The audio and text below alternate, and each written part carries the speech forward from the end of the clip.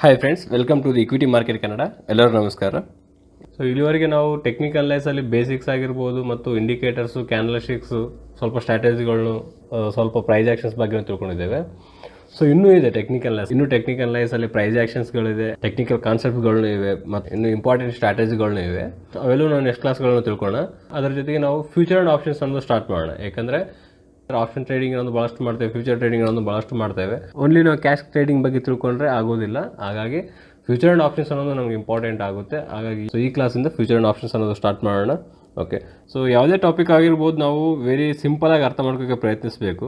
Stock ಮಾರ್ಕೆಟಿಂಗಲ್ಲಿ ಆಗಿರ್ಬೋದು ಅಥವಾ ಬೇರೆ ಯಾವುದೇ ಸಬ್ಜೆಕ್ಟ್ ಆಗಿರ್ಬೋದು, ಸೊ ಈಸಿಯಾಗಿ ಅಂಡರ್ಸ್ಟ್ಯಾಂಡ್ ಮಾಡ್ಕೋಬೇಕು. ಆವಾಗ ಮಾತ್ರ ಟಾಪಿಕ್ಸ್ ಅನ್ನೋದು ನಮಗೆ ಈಸಿಯಾಗಿ ಅರ್ಥ ಆಗುತ್ತೆ. ಓಕೆ, ಭಾಳಷ್ಟು ಡಿಫಿಕಲ್ಟ್ ಆಗಿರೋ ಟಾಪಿಕ್ಸ್ಗಳು ಇರುತ್ತೆ. ಆ ಟಾಪಿಕ್ಸ್ನ ಡೆಫಿನಿಷನ್ಸ್ ಆಗಿರ್ಬೋದು, ನಾವು ಗೂಗಲಲ್ಲಿ ಸರ್ಚ್ ಮಾಡಿದಾಗ ಡೆಫಿನಿಷನ್ಸ್ಗಳು ಬರುತ್ತೆ, ಅರ್ಥ ಆಗೋದಿಲ್ಲ. ಆವಾಗ ಸಿಲೆಬಸ್ ಅನ್ನೋದು ಹೆವಿ ಆಗಿಬಿಡುತ್ತೆ, ಭಾಳಷ್ಟು ದೊಡ್ಡದಾಗಿ ಕಾಣಿಸುತ್ತೆ. ಹೌದಾ? ಸೊ ಅದೇ ನಾವು ಈ ಸಿಲೆಬಸನ್ನು ನಾವು ಈಸಿಯಾಗಿ ಅರ್ಥ ಮಾಡ್ಕೋಕ್ಕೆ ಪ್ರಯತ್ನಿಸಿದರೆ, ಸೊ ಅದು ಎಷ್ಟೊಂದು ಅರ್ಥ ಮಾಡ್ಕೊಳ್ಳಿ, ನೀವು ಸ್ವಲ್ಪ ಅರ್ಥ ಮಾಡ್ಕೊಳ್ಳಿ, ಬಟ್ ಈಸಿಯಾಗಿ ಅರ್ಥ ಮಾಡ್ಕೊಳ್ಳಿ. ಓಕೆ, ಇವತ್ತು ನೀವು ಸ್ವಲ್ಪ ತಿಳ್ಕೊಂಡ್ರೆ ನಾಳೆ ಇನ್ನೂ ಸ್ವಲ್ಪ ತಿಳ್ಕೊತೀರಾ. ಡೇ ಟು ಡೇ ನಾವು ಸ್ವಲ್ಪ ಇಂಪ್ರೂವ್ ಆಗ್ತೀವಿ. ಒಂದೇ ದಿನ ನಾವು ಯಾವುದೇ ಟಾಪಿಕ್ಸ್ ಅನ್ನೋದು ಕಂಪ್ಲೀಟಾಗಿ ಅರ್ಥ ಮಾಡ್ಕೋಕ್ಕೂ ಆಗೋದಿಲ್ಲ. ಈ ಫ್ಯೂಚರ್ ಆ್ಯಂಡ್ ಆಪ್ಷನ್ಸ್ ಮುಗಿಯುವವರೆಗೆ ಟೆಕ್ನಿಕಲ್ ಅನಲೈಸ್ ಅನ್ನೋದು ಸ್ವಲ್ಪ ಗ್ಯಾಪ್ ಆಗುತ್ತೆ. ಹಾಗಾಗಿ ನೀವು ಟೆಕ್ನಿಕಲ್ ಅನಲೈಸ್ ಅನ್ನೋದು ಕಂಟಿನ್ಯೂ ಆಗಿ ಪ್ರಾಕ್ಟೀಸಿಂಗ್ ಅನ್ನೋದು ಮಾಡಿ, ಬ್ಯಾಕ್ ಟೆಸ್ಟಿಂಗ್ ಮಾಡಿ, ಸ್ಟಾಕ್ ಸೆಲೆಕ್ಷನ್ ಮೆಥಡ್ಸ್ ಆಗಿರ್ಬೋದು, ಸ್ಟ್ರಾಟಜಿಗಳಾಗಿರ್ಬೋದು, ನಿಫ್ಟಿ ಬ್ಯಾಂಕ್ ನಿಫ್ಟಿ ಆಗಿರ್ಬೋದು, ಆ್ಯಂಡ್ ಕ್ಯಾಂಡಲ್ಸ್ಟಿಕ್ಸ್ ರೀಡಿಂಗ್ಸ್ ಆಗಿರ್ಬೋದು. ಸೊ ಇವೆಲ್ಲವೂ ನೀವು ರೆಗ್ಯುಲರ್ ಆಗಿ ಪ್ರಾಕ್ಟೀಸಿಂಗ್ ಅನ್ನೋದು ಮಾಡಿ. ಓಕೆ, ಫ್ಯೂಚರ್ ಆ್ಯಂಡ್ ಆಪ್ಷನ್ಸ್, ಇದಕ್ಕೆ ನಾವು ಡೆರಿವೇಟಿವ್ಸ್ ಅಂತೇವೆ. ಫಸ್ಟ್ ನಾವು ಫ್ಯೂಚರ್ ಟ್ರೇಡಿಂಗ್ ಬಗ್ಗೆ ತಿಳ್ಕೊಳ್ಳೋಣ, ಆ್ಯಂಡ್ ನೆಕ್ಸ್ಟ್ ಆಪ್ಷನ್ ಟ್ರೇಡಿಂಗ್ ಬಗ್ಗೆ ತಿಳ್ಕೊಳ್ಳೋಣ. ಓಕೆ, ಸೊ ಫ್ಯೂಚರ್ಸ್ ಅಂದರೆ ಏನು? ಟ್ರೇಡಿಂಗ್ ಅಂದರೆ ನಾರ್ಮಲಿ ಬೈಯಿಂಗ್ ಸೆಲ್ಲಿಂಗ್ ಮಾಡೋದೇ ಟ್ರೇಡಿಂಗು. ಹಾಗಾದರೆ ಫ್ಯೂಚರ್ಸ್ ಅಂದರೆ ಏನು? ಫ್ರಮ್ ಬೇಸಿಕ್ಕಿಂದ ತಿಳ್ಕೊಳ್ಳೋಣ. ಸಪೋಸ್ ಈಗ ರೈತರು ಇರ್ತಾರೆ, ಹೊಲದಲ್ಲಿ ಅವರು ಯಾವುದೋ ಒಂದು ಬೆಳೆಯನ್ನು ಬೆಳೆದಿರ್ತಾರೆ. ಆ ಬೆಳೆ ಅನ್ನೋದು ಮಾರ್ಕೆಟಿಗೆ ಹೋಗಿ ಸೇಲ್ ಮಾಡ್ತಾರೆ, ಮಾರ್ಕೆಟಿಗೆ ಹೋಗಿ ಮಾರ್ತಾರೆ. ರೈತರಿಗೆ ಲಾಭ ಬರಬೇಕಂದ್ರೆ ಆ ಬೆಳೆನ ಮಾರಲೇಬೇಕಾಗುತ್ತೆ. ಹೌದಾ? ಅಪೋಸಿಟ್ ಪರ್ಸನ್ ಬೈ ಮಾಡ್ತಾನೆ, ಇವ್ರು ಮಾರಿದರೆ ಅವ್ರು ಕೊಂಡುಕೊಳ್ತಾರೆ. ಅವ್ರು ಯಾಕೆ ಕೊಂಡುಕೊಳ್ತಾರೆ? ಆ ಬೆಳೆಯ ಪ್ರೈಸ್ ಅನ್ನೋದು ಇನ್ಕ್ರೀಸ್ ಆಗುತ್ತೆ ಅನ್ನೋ ಉದ್ದೇಶದಿಂದ ಬೈ ಮಾಡ್ತಾರೆ. ಸೊ ಇವೆಲ್ಲವೂ ನಾವು ಮಾರ್ಕೆಟಲ್ಲಿ ಆಗಿರ್ಬೋದು, ಯಾವುದೇ ಬಿಸ್ನೆಸ್ಸಲ್ಲಿ ಆಗಿರ್ಬೋದು, ಪ್ರಾಫಿಟ್ಸ್ ಬರುತ್ತೆ, ಇಂಥ ಬಿಸ್ನೆಸ್ ಮಾಡಿದರೆ ಪ್ರಾಫಿಟ್ ಬರುತ್ತೆ, ಅಂಥ ಬಿಸ್ನೆಸ್ ಮಾಡಿದರೆ ಪ್ರಾಫಿಟ್ ಬರುತ್ತೆ ಅಂತ ಹೇಳ್ತೇವೆ. ಹೌದಾ? ಪ್ರಾಫಿಟ್ಸ್ ಅನ್ನೋದು ಬರುವುದಿಲ್ಲ, ಡಿಮ್ಯಾಂಡ್ ಕ್ರಿಯೇಟ್ ಆಗಿ ಪ್ರಾಫಿಟ್ಸ್ ಬರುತ್ತೆ. ಅದು ಜನರು ಹೆಚ್ಚಾಗಿ ಬೈ ಮಾಡ್ತಾರೆ, ಅವಾಗೆ ಪ್ರೈಸ್ ಅನ್ನೋದು ಇನ್ಕ್ರೀಸ್ ಆಗುತ್ತೆ, ಅವಾಗ ಮಾತ್ರ ಪ್ರಾಫಿಟ್ಸ್ ಬರುವುದು. ಸೊ ಈಗ ಸ್ಟಾಕ್ ಮಾರ್ಕೆಟಿಂಗಲ್ಲಿ ಬಿಟ್ಟು ಹೊರಗಡೆ ವ್ಯಾಪಾರಗಳು ನಡೀತಾ ಇದೆಯಲ್ಲ, ಹೊರಗಡೆ ಬಿಸ್ನೆಸ್ಗಳು ನಡೀತಾ ಇದೆ. ಕೃಷಿ ಧಾನ್ಯಗಳಾಗಿರ್ಬೋದು, ಗೋಲ್ಡ್ ಬಿಸ್ನೆಸ್ ಆಗಿರ್ಬೋದು, ಈ ಥರ ಭಾಳಷ್ಟು. ಇವಕ್ಕೆಲ್ಲ ನಾವು ಫಾರ್ವರ್ಡ್ ಮಾರ್ಕೆಟ್ ಅಂತೇವೆ. ಓಕೆ, ಫಾರ್ವರ್ಡ್ ಮಾರ್ಕೆಟ್ ಅನ್ನೋದು ಪುರಾತನದಿಂದ ಬಂದಿದೆ. ಸಪೋಸ್ ಎಕ್ಸಾಂಪಲ್ಗೆ ಒಬ್ಬ ರೈತ ಇದ್ದಾನೆ. ಆ ರೈತ ಹೊಲದಲ್ಲಿ ಭತ್ತ ಅನ್ನೋದು ಬೆಳೆದಿದ್ದಾನೆ. 400 ಬ್ಯಾಗ್ಸ್, 400 ಚೀಲಗಳು ಭತ್ತ ಅನ್ನೋದು ಬೆಳೆದಿದ್ದಾನೆ. ಸೊ ಈಗ ಪರ್ಸನು ಮಾರ್ಕೆಟ್ಗೆ ಹೋಗಿ ಸೇಲ್ ಮಾಡೋದಲ್ಲಿ ಇನ್ಬಿಟ್ನಲ್ಲಿ ದಳ್ಳಾಳಿಗಳಾಗಿರ್ಬೋದು, ಬಿಸ್ನೆಸ್ ಮಾಡುವವರು ಬೈ ಮಾಡ್ತಾರೆ. ಇವ್ರು ಯಾಕೆ ಬೈ ಮಾಡ್ತಾರೆ? ಪ್ರೆಸೆಂಟ್ ಇವತ್ತಿನ ದಿನ ಒಂದು ಬ್ಯಾಗ್ ಪ್ರೈಸ್ ಬಂದು 1500 ಅಂತ ತಿಳ್ಕೋಣ, 1500 ರುಪೀಸ್ ಇದೆ. ಸೊ ಇನ್ ಕೇಸ್ ನಾವು 2 ಮಂತ್ಸ್ 3 ಮಂತ್ಸ್ ಹೋಲ್ಡ್ ಮಾಡಿದರೆ, ಗೋದಾಮಲ್ಲಿ ಸ್ಟೋರೇಜ್ ಮಾಡಿದರೆ, ಯಾವಾಗ ಮಾರ್ಕೆಟಲ್ಲಿ ಒಂದು ಭತ್ತ ಅನ್ನೋದು ಕಡಿಮೆ ಆಗುತ್ತೋ ಆ ಸಮಯದಲ್ಲಿ ಸೇಲ್ ಮಾಡಿದರೆ ಗುಡ್ ಪ್ರಾಫಿಟ್ಸ್ ಅನ್ನೋದು ಬರುತ್ತೆ, ಒಂದು ಒಳ್ಳೆ ರೇಟ್ ಅನ್ನೋದು ಸಿಗುತ್ತೆ ಅನ್ನೋ ಉದ್ದೇಶದಿಂದ ಏನು ಮಾಡ್ತಾರೆ, ಇವರು ಬೈ ಮಾಡಿಕೊಂಡು ಅವ್ರು ಗೋದಾಮಲ್ಲಿ ಸ್ಟೋರೇಜ್ ಮಾಡ್ಕೋತಾರೆ.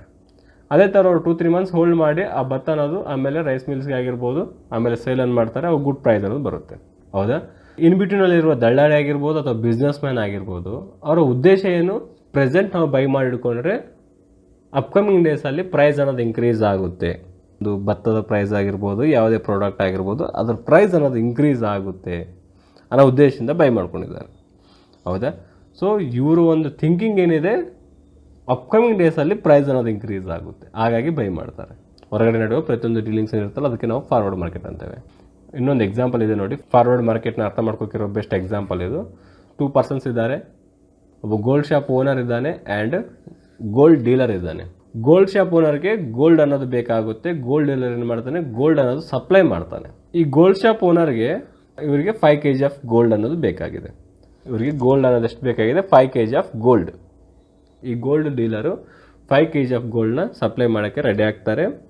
ಬಟ್ ಏನು ಅಗ್ರಿಮೆಂಟ್ ಅಂದರೆ, ಈ 5 kg ಆಫ್ ಗೋಲ್ಡ್ ಅನ್ನೋದು ಇವತ್ತಿನ ಗೋಲ್ಡ್ ಪ್ರೈಸ್ ಏನಿದೆ, 4450 ರುಪೀಸ್ ಪರ್ ಗ್ರಾಮ್ಗೆ 4450 ರುಪೀಸ್. ಇದೇ ಪ್ರೈಸ್ಗೆ 5 kg ಆಫ್ ಗೋಲ್ಡ್ ಅನ್ನೋದು ಸಪ್ಲೈ ಮಾಡಬೇಕು. ಅದು 3 ಮಂತ್ಸ್ನ ಒಳಗಡೆನೆ ಸಪ್ಲೈ ಮಾಡಬೇಕಂತ ಒಂದು ಅಗ್ರಿಮೆಂಟ್ ಇದೆ. ಇವರಿಬ್ಬರ ನಡುವೆ ಏನು ಅಗ್ರಿಮೆಂಟ್ ಇದೆ? ಈಗ 5 kg ಆಫ್ ಗೋಲ್ಡ್ ಅನ್ನೋದು ಈ ಗೋಲ್ಡ್ ಡೀಲರು ಗೋಲ್ಡ್ ಶಾಪ್ ಓನರ್ಗೆ, ಜ್ಯುವೆಲರಿ ಶಾಪ್ ಅವರಿಗೆ ಸಪ್ಲೈ ಮಾಡಬೇಕು. ಪ್ರೆಸೆಂಟ್ ಇರೋ ಪ್ರೈಸ್ಗೆ, ಪ್ರೆಸೆಂಟ್ ಆ ದಿನ ಇರುವ gold price 4450 rupees per gram ಇರುತ್ತಲ್ಲ, ಆ ಪ್ರೈಸ್ಗೆ 5 kg ಆಫ್ ಗೋಲ್ಡ್ನ ಸಪ್ಲೈ ಮಾಡಬೇಕು. ಅದು 3 ಮಂತ್ಸ್ನ ಒಳಗಡೆ ಸಪ್ಲೈ ಮಾಡಬೇಕು. ಆ ಥರ ಒಂದು ಅಗ್ರಿಮೆಂಟ್ ಅನ್ನೋದು ಆಗುತ್ತೆ. ಫಾರ್ವರ್ಡ್ ಮಾರ್ಕೆಟಲ್ಲಿ ಗೋಲ್ಡ್ ಬಿಸ್ನೆಸ್ ಏನು ಮಾಡ್ತಾರಲ್ಲ ಅವರು, gold shop, jewellery shop owners and gold supply dealers ಇರ್ತಾರಲ್ವ, ಅವ್ರ ನಡುವೆ ಇದೇ ಥರ ಅಗ್ರಿಮೆಂಟ್ಸ್ ಆಗೋದು ಯಾವಾಗ. ಓಕೆ, ಯಾಕೆ ಈ ಥರ ಅಗ್ರಿಮೆಂಟ್ಸ್ ಆಗುತ್ತೆ ಅಂದರೆ ಓವರ್ ನೈಟ್ಸ್ಗಳಲ್ಲಿ ಪ್ರೈಸಸ್ ಅನ್ನೋದು ಚೇಂಜಸ್ ಆಗ್ತಾ ಇರುತ್ತೆ.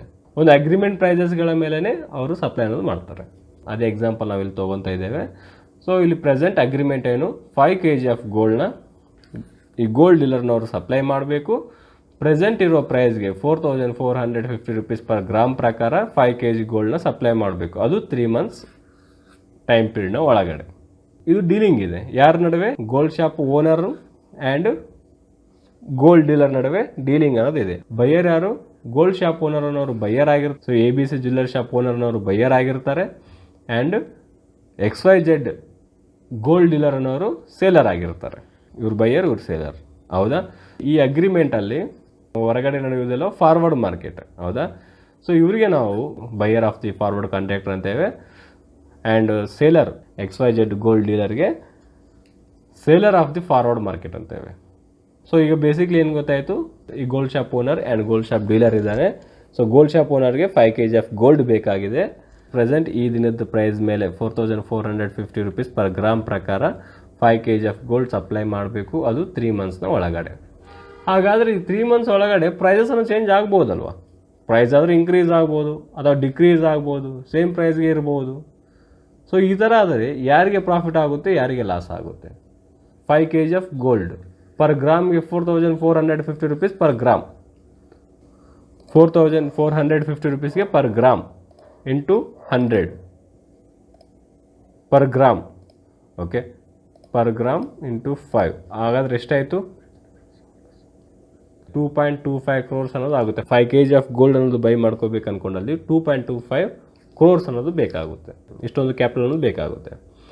ಸೊ 3 ಮಂತ್ಸ್ನ ಒಳಗಡೆ ಪ್ರೈಸ್ ಅನ್ನೋದು ಇದೇ ಪ್ರೈಸ್ ಇರುತ್ತಾ? 4450 ರುಪೀಸೇ ಇರುತ್ತಾ? ಚೇಂಜ್ ಆಗುತ್ತೆ.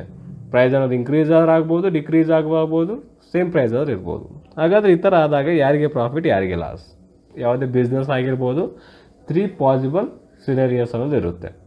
ಓಕೆ, ಫಸ್ಟ್ ಸಿನೇರಿಯೋ ಪ್ರಕಾರ ಗೋಲ್ಡ್ ಪ್ರೈಸ್ ಅನ್ನೋದು ಇನ್ಕ್ರೀಸ್ ಆದರೆ ಯಾರಿಗೆ ಪ್ರಾಫಿಟ್ ಆಗುತ್ತೆ ಆ್ಯಂಡ್ ಗೋಲ್ಡ್ ಪ್ರೈಸ್ ಅನ್ನೋದು ಡಿಕ್ರೀಸ್ ಆದರೆ ಯಾರಿಗೆ ಪ್ರಾಫಿಟ್ ಆಗುತ್ತೆ ಆ್ಯಂಡ್ ಯಾರಿಗೆ ಲಾಸ್ ಆಗಲಾಗುತ್ತೆ. ಆ್ಯಂಡ್ ಥರ್ಡ್ ಸಿನೇರಿಯೋ ಪ್ರಕಾರ ಗೋಲ್ಡ್ ಪ್ರೈಸ್ ಅನ್ನೋದು ಸೇಮ್ ಅದೇ ಅದೇ ಸೇಮ್ ಪ್ರೈಸಲ್ಲಿದ್ದರೆ ಯಾರಿಗೆ ಪ್ರಾಫಿಟ್ ಆ್ಯಂಡ್ ಲಾಸಸ್ ಅನ್ನೋದು ಆಗಲಾಗುತ್ತೆ ಅನ್ನೋದು ತಿಳ್ಕೊಂಡ್ರೆ, ಫಸ್ಟ್ ಸಿನೇರಿಯೋ ಪ್ರಕಾರ ಗೋಲ್ಡ್ ಪ್ರೈಸ್ ಅನ್ನೋದು ಇನ್ಕ್ರೀಸ್ ಆದರೆ ಬೈ ಮಾಡಿರೋದು 4450 ರುಪೀಸ್ಗೆ ಬೈ ಮಾಡಿರೋದು 5 kg of golds. So gold dealing ಅನ್ನೋದು ಯಾವ ಪ್ರೈಸ್ಗೆ ಆಗಿದೆ? 4450 ರುಪೀಸ್ಗೆ ಗೋಲ್ಡ್ ಡೀಲಿಂಗ್ ಅನ್ನೋದು ಆಗಿದೆ. ಡೀಲಿಂಗ್ ಆದಮೇಲೆ 3 ಮಂತ್ಸ್ನ ಒಳಗಡೆ, ಇನ್ನೂ ಗೋಲ್ಡ್ ಅನ್ನೋದು ಕಂಪ್ಲೀಟಾಗಿ ಸಪ್ಲೈ ಮಾಡಿಲ್ಲ, 3 ಮಂತ್ಸ್ನ ಒಳಗಡೆ ಸಪ್ಲೈ ಮಾಡ್ತೀವಿ ಅಂತ ಹೇಳಿದ್ದಾರೆ, ಕಂಪ್ಲೀಟಾಗಿ ಸಪ್ಲೈ ಆಗಿಲ್ಲ. ಓಕೆ, ಸೊ 3 ಮಂತ್ಸ್ನ ಒಳಗಡೆ ಸಪ್ಲೈ ಮಾಡ್ತೀವಿ ಅಂತ ಡೀಲಿಂಗ್ ಆಗಿರುತ್ತೆ. ಹೌದಾ? ಸೊ ಗೋಲ್ಡ್ ಪ್ರೈಸಿಗೆ 4450 ರುಪೀಸಿಂದ ಇನ್ಕ್ರೀಸ್ ಆಗಿ 4700 ರುಪೀಸ್ಗೆ ಇನ್ಕ್ರೀಸ್ ಆಗಿದೆ ತಗೊಳ್ಳೋ ಪರ್ ಗ್ರಾಮ್ಗೆ. ಅಂದರೆ ಎಷ್ಟು ಇನ್ಕ್ರೀಸ್ ಆಯಿತು? 250 ರುಪೀಸ್ ಅನ್ನೋದು ಇನ್ಕ್ರೀಸ್ ಆಯಿತು. ಪರ್ ಗ್ರಾಮಿಗೆ 250 ರುಪೀಸ್ ಅನ್ನೋದು ಇನ್ಕ್ರೀಸ್ ಆಗಿದೆ.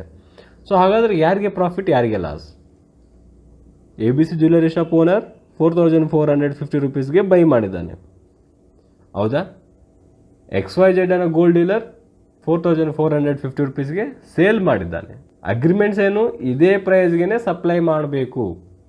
ಇನ್ ಕೇಸ್ 3 ಮಂತ್ಸ್ನ ಒಳಗಡೆ ಪ್ರೈಸಸ್ ಅನ್ನೋದು ವೇರಿಯೇಷನ್ ಆದರೂ ನೀವು ಇದೇ ಪ್ರೈಸ್ಗೆ ಸಪ್ಲೈ ಮಾಡಬೇಕು ಅನ್ನೋ ಒಂದು ಅಗ್ರಿಮೆಂಟ್ ಇದೆ. ಆಮೇಲೆ ಪ್ರೈಸ್ ಅನ್ನೋದು 250 ರುಪೀಸ್ ಪರ್ ಗ್ರಾಮ್ ಇನ್ಕ್ರೀಸ್ ಆದರೂ ಅವರು 4450 ರುಪೀಸ್ಗೆ ಸಪ್ಲೈ ಮಾಡಬೇಕಾಗುತ್ತೆ. ಹಾಗಾದರೆ ಯಾರಿಗೆ ಪ್ರಾಫಿಟ್, ಯಾರಿಗೆ ಲಾಸ್? ABC ಜ್ಯುವೆಲರಿ ಶಾಪ್ ಓನರ್ಗೆ ಪ್ರಾಫಿಟ್ ಆಗುತ್ತೆ. 12,50,000 ರುಪೀಸ್ ಅನ್ನೋದು ಪ್ರಾಫಿಟ್ ಆಗಲಾಗುತ್ತೆ. ಹಾಗಾದರೆ ಇವರಿಗೆ ಪ್ರಾಫಿಟ್ ಆದರೆ ಯಾರಿಗೆ ಲಾಸ್? ಸೇಲರ್ಗೆ ಲಾಸ್. ಬೈಯರ್ ಅನ್ನೋರು 4450 ರುಪೀಸ್ಗೆ ಬೈ ಮಾಡಿದ್ದಾರೆ, ಪ್ರೈಸ್ ಅನ್ನೋದು ಇನ್ಕ್ರೀಸ್ ಆಗಿದೆ, 4700ವರೆಗೆ ಇನ್ಕ್ರೀಸ್ ಆಗಿದೆ. ಸೇಲರ್ ಅನ್ನೋರು 4450 ರುಪೀಸ್ಗೆ ಅವ್ರು ಸೇಲ್ ಮಾಡಿದ್ದು. ಇದೇ ಪ್ರೈಸ್ಗೆ ಗೋಲ್ಡ್ ಅನ್ನೋದು ಸಪ್ಲೈ ಮಾಡಬೇಕಾಗುತ್ತೆ 4450 ರುಪೀಸ್ಗೆ. ಹಾಗಾದರೆ ಪ್ರಾಫಿಟ್ ಯಾರಿಗೆ? ಜ್ಯುವೆಲರಿ ಶಾಪ್ ಓನರ್ಗೆ ಪ್ರಾಫಿಟ್ ಅನ್ನೋದು ಆಗಲಾಗುತ್ತೆ. ಅದೇ ಥರ ಸೆಕೆಂಡ್ ಸಿನೋರಿಯಾದಲ್ಲಿ ಗೋಲ್ಡ್ ಪ್ರೈಸ್ ಅನ್ನೋದು ಡೌನ್ ಆಗಿದೆ, 4050ವರೆಗೆ ಡೌನ್ ಆಗಿದೆ ಅಂತ ತಿಳ್ಕೊಳ್ಳೋಣ. ಆ್ಯಂಡ್ ಗೋಲ್ಡ್ ಶಾಪ್ ಓನರ್ ಯಾವ ಪ್ರೈಸ್ಗೆ ಬೈ ಮಾಡಿದ್ದಾನೆ?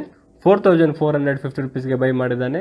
ಆ್ಯಂಡ್ ಗೋಲ್ಡ್ ಡೀಲರ್ ಯಾವ ಪ್ರೈಸ್ಗೆ ಸೇಲಿಂಗ್ ಅನ್ನೋದು ಅಗ್ರಿಮೆಂಟ್ ಮಾಡ್ಕೊಂಡಿದ್ದಾನೆ? 4450 ರುಪೀಸ್ಗೆ. ಅಗ್ರಿಮೆಂಟ್ ಆದಮೇಲೆ ಗೋಲ್ಡ್ ಪ್ರೈಸ್ ಅನ್ನೋದು ಡಿಕ್ರೀಸ್ ಆಗಿದೆ. ಸೊ ಯಾವ ಪ್ರೈಸಿಂದ? 4450ಇಂದ 4050ವರೆಗೆ ಫಾಲ್ ಆಗಿದೆ. 400 ರುಪೀಸ್ ಅನ್ನೋದು ಪ್ರೈಸ್ ಫಾಲ್ ಆಗಿದೆ, ಪ್ರೈಸ್ ಅನ್ನೋದು ಡಿಕ್ರೀಸ್ ಆಗಿದೆ, ಗೋಲ್ಡ್ ಪ್ರೈಸ್ ಅನ್ನೋದು ಇಳಿದಿದೆ. ಸೊ ಹಾಗಾದರೆ ಯಾರಿಗೆ ಪ್ರಾಫಿಟ್, ಯಾರಿಗೆ ಲಾಸ್? ಬೈಯರ್ ಅಂತೂ 4450 ರುಪೀಸ್ಗೆ ಬೈ ಮಾಡಿದ್ದಾನೆ. ಆಮೇಲೆ ಪ್ರೈಸ್ ಅನ್ನೋದು ಡಿಕ್ರೀಸ್ ಆಗಿದೆ, 4050ವರೆಗೆ ಡಿಕ್ರೀಸ್ ಆಗಿದೆ. ಪರ್ ಗ್ರಾಮ್ಗೆ 400 ರುಪೀಸ್ ಥರ ಲಾಸ್ ಆಗಲಾಗುತ್ತೆ. ಹಾಗಾದರೆ 5 kg ಆಫ್ ಗೋಲ್ಡ್ಗೆ ಎಷ್ಟಾಗುತ್ತೆ? 40 ಲ್ಯಾಕ್ಸ್ ಅನ್ನೋದು ಇವರು ಲಾಸ್ ಆಗಲಾಗುತ್ತೆ. ಬೈಯರ್ ಅನ್ನೋರು 40 ಲ್ಯಾಕ್ಸ್ ಅನ್ನೋದು ಲಾಸ್ ಆಗಲಾಗುತ್ತೆ. ಇವರಿಗೆ ಲಾಸ್ ಆದರೆ ಯಾರಿಗೆ ಪ್ರಾಫಿಟ್? ಸೇಲರ್ ಅವ್ರಿಗೆ ಪ್ರಾಫಿಟ್ ಆಗುತ್ತೆ. ಒಂದು ಅಗ್ರಿಮೆಂಟ್ ಪ್ರಕಾರ 4450 ರುಪೀಸ್ಗೆ ಅಗ್ರಿಮೆಂಟ್ ಆಗಿದೆ, ಬೈಯಿಂಗ್ ಅಗ್ರಿಮೆಂಟ್. ಆಮೇಲೆ ಪ್ರೈಸ್ ಅದು ಡಿಕ್ರೀಸ್ ಆಯಿತು, 4050ವರೆಗೆ ಡಿಕ್ರೀಸ್ ಆಯಿತು, 400 ರುಪೀಸ್ ಡೌನ್ ಆಗಿದೆ, ಬೈಯರ್ಗೆ ಲಾಸ್ ಆಗಲಾಗುತ್ತೆ. ಓಕೆ, ಸೇಲಿಂಗ್ ಅನ್ನೋದು 4450 ರುಪೀಸ್ಗೆ ಅಗ್ರಿಮೆಂಟ್ ಮಾಡ್ಕೊಂಡಿದ್ದಾನೆ, ಇದೇ ಪ್ರೈಸ್ಗೆ ಸೇಲ್ ಮಾಡ್ತೀನಿ ಅಂತೇಳಿ. ಆಮೇಲೆ ಗೋಲ್ಡ್ ಪ್ರೈಸ್ ಡಿಕ್ರೀಸ್ ಆಗಿದೆ. ಅಂದರೆ ಇವರು ಹೈ ಪ್ರೈಸ್ಗೆ ಸೇಲ್ ಮಾಡ್ತಾರಲ್ವ, ಅಂದರೆ ಇವ್ರಿಗೆ ಪ್ರಾಫಿಟ್ ಆಗುತ್ತಲ್ಲ. ಗೋಲ್ಡ್ ಡೀಲರ್ಗೆ 40 ಲ್ಯಾಕ್ಸ್ ಅನ್ನೋದು ಪ್ರಾಫಿಟ್ ಆಗಲಾಗುತ್ತೆ. ಅಂದರೆ ಫಾರ್ವರ್ಡ್ ಮಾರ್ಕೆಟಿಂಗಲ್ಲಿ ಏನು ನಡೆದಿದೆ? ಬೈಯರ್ ಆ್ಯಂಡ್ ಸೇಲರ್ಸ್ ನಡುವೆ ಡೀಲಿಂಗ್ ಅನ್ನೋದು ನಡೆದಿದೆ. ಇಲ್ಲಿ ಪ್ರೈಸ್ ಅನ್ನೋದು ಇನ್ಕ್ರೀಸ್ ಆದರೆ ಬೈಯರ್ಗೆ ಪ್ರಾಫಿಟ್ ಆಗುತ್ತೆ, ಪ್ರೈಸ್ ಅನ್ನೋದು ಡಿಕ್ರೀಸ್ ಆಗಿದ್ದರೆ ಸೇಲರ್ಗೆ ಪ್ರಾಫಿಟ್ ಆಗಲಾಗುತ್ತೆ. ಇನ್ ಕೇಸ್ ಪ್ರೈಸ್ ಅನ್ನೋದು ಸೇಮ್ ಅದೇ ಪ್ರೈಸಲ್ಲಿತ್ತು, ಅಗ್ರಿಮೆಂಟ್ ಮಾಡ್ಕೊಂಡಿರೋ ಪ್ರೈಸ್ಗೆ ಇರಲಾಗಿದೆ ಅಂತ ತಿಳ್ಕೊಳ್ಳೋಣ. ಆಫ್ಟರ್ 3 ಮಂತ್ಸ್ ಆದಮೇಲೆ ನೋಡಿದ್ರು ಗೋಲ್ಡ್ ಪ್ರೈಸ್ ಅನ್ನೋದು ಇದೇ ಪ್ರೈಸಲ್ಲಿದೆ, ಅವರು ಅಗ್ರಿಮೆಂಟ್ ಮಾಡ್ಕೊಂಡಿರೋ ಪ್ರೈಸಲ್ಲೇ ಇದೆ ಅಂತ ತಿಳ್ಕೊಳ್ಳೋಣ. ಇದೇ ಪ್ರೈಸಲ್ಲಿದ್ದರೆ ಏನಾಗುತ್ತೆ? ಗೋಲ್ಡ್ ಶಾಪ್ ಓನರ್ಗೆ ಆ್ಯಂಡ್ ಗೋಲ್ಡ್ ಡೀಲರ್ಗೆ ಯಾವುದೇ ಪ್ರಾಫಿಟ್ ಆ್ಯಂಡ್ ಲಾಸಸ್ ಅನ್ನೋದು ಆಗೋದಿಲ್ಲ. ಇಬ್ಬರು ಸೇಫ್ ಹ್ಯಾಂಡಲ್ಲಿ ಇರ್ತಾರೆ. ಇದು ಹೊರಗಡೆ ನಡೆಯುವ ಮಾರ್ಕೆಟ್. ಇದಕ್ಕೆ ನಾವು ಫಾರ್ವರ್ಡ್ ಮಾರ್ಕೆಟ್ ಅಂತೇವೆ. So buyer of the forward contractor, seller of the forward contractor. Gold shop owner buying ಮಾಡ್ತಾ ಇದ್ದಾರೆ, ಅವರು buyer of the forward market. And gold dealer, seller of the forward market. ಇವರಿಬ್ಬರ ನಡುವೆ dealing ಅನ್ನೋದು ನಡೆದಿದೆ, ಹೌದಾ? So ಹಾಗಾದರೆ ಇಲ್ಲಿ ಏನೇನು ಆ್ಯಕ್ಟಿವಿಟಿಗಳು ನಡೆದಿದೆ?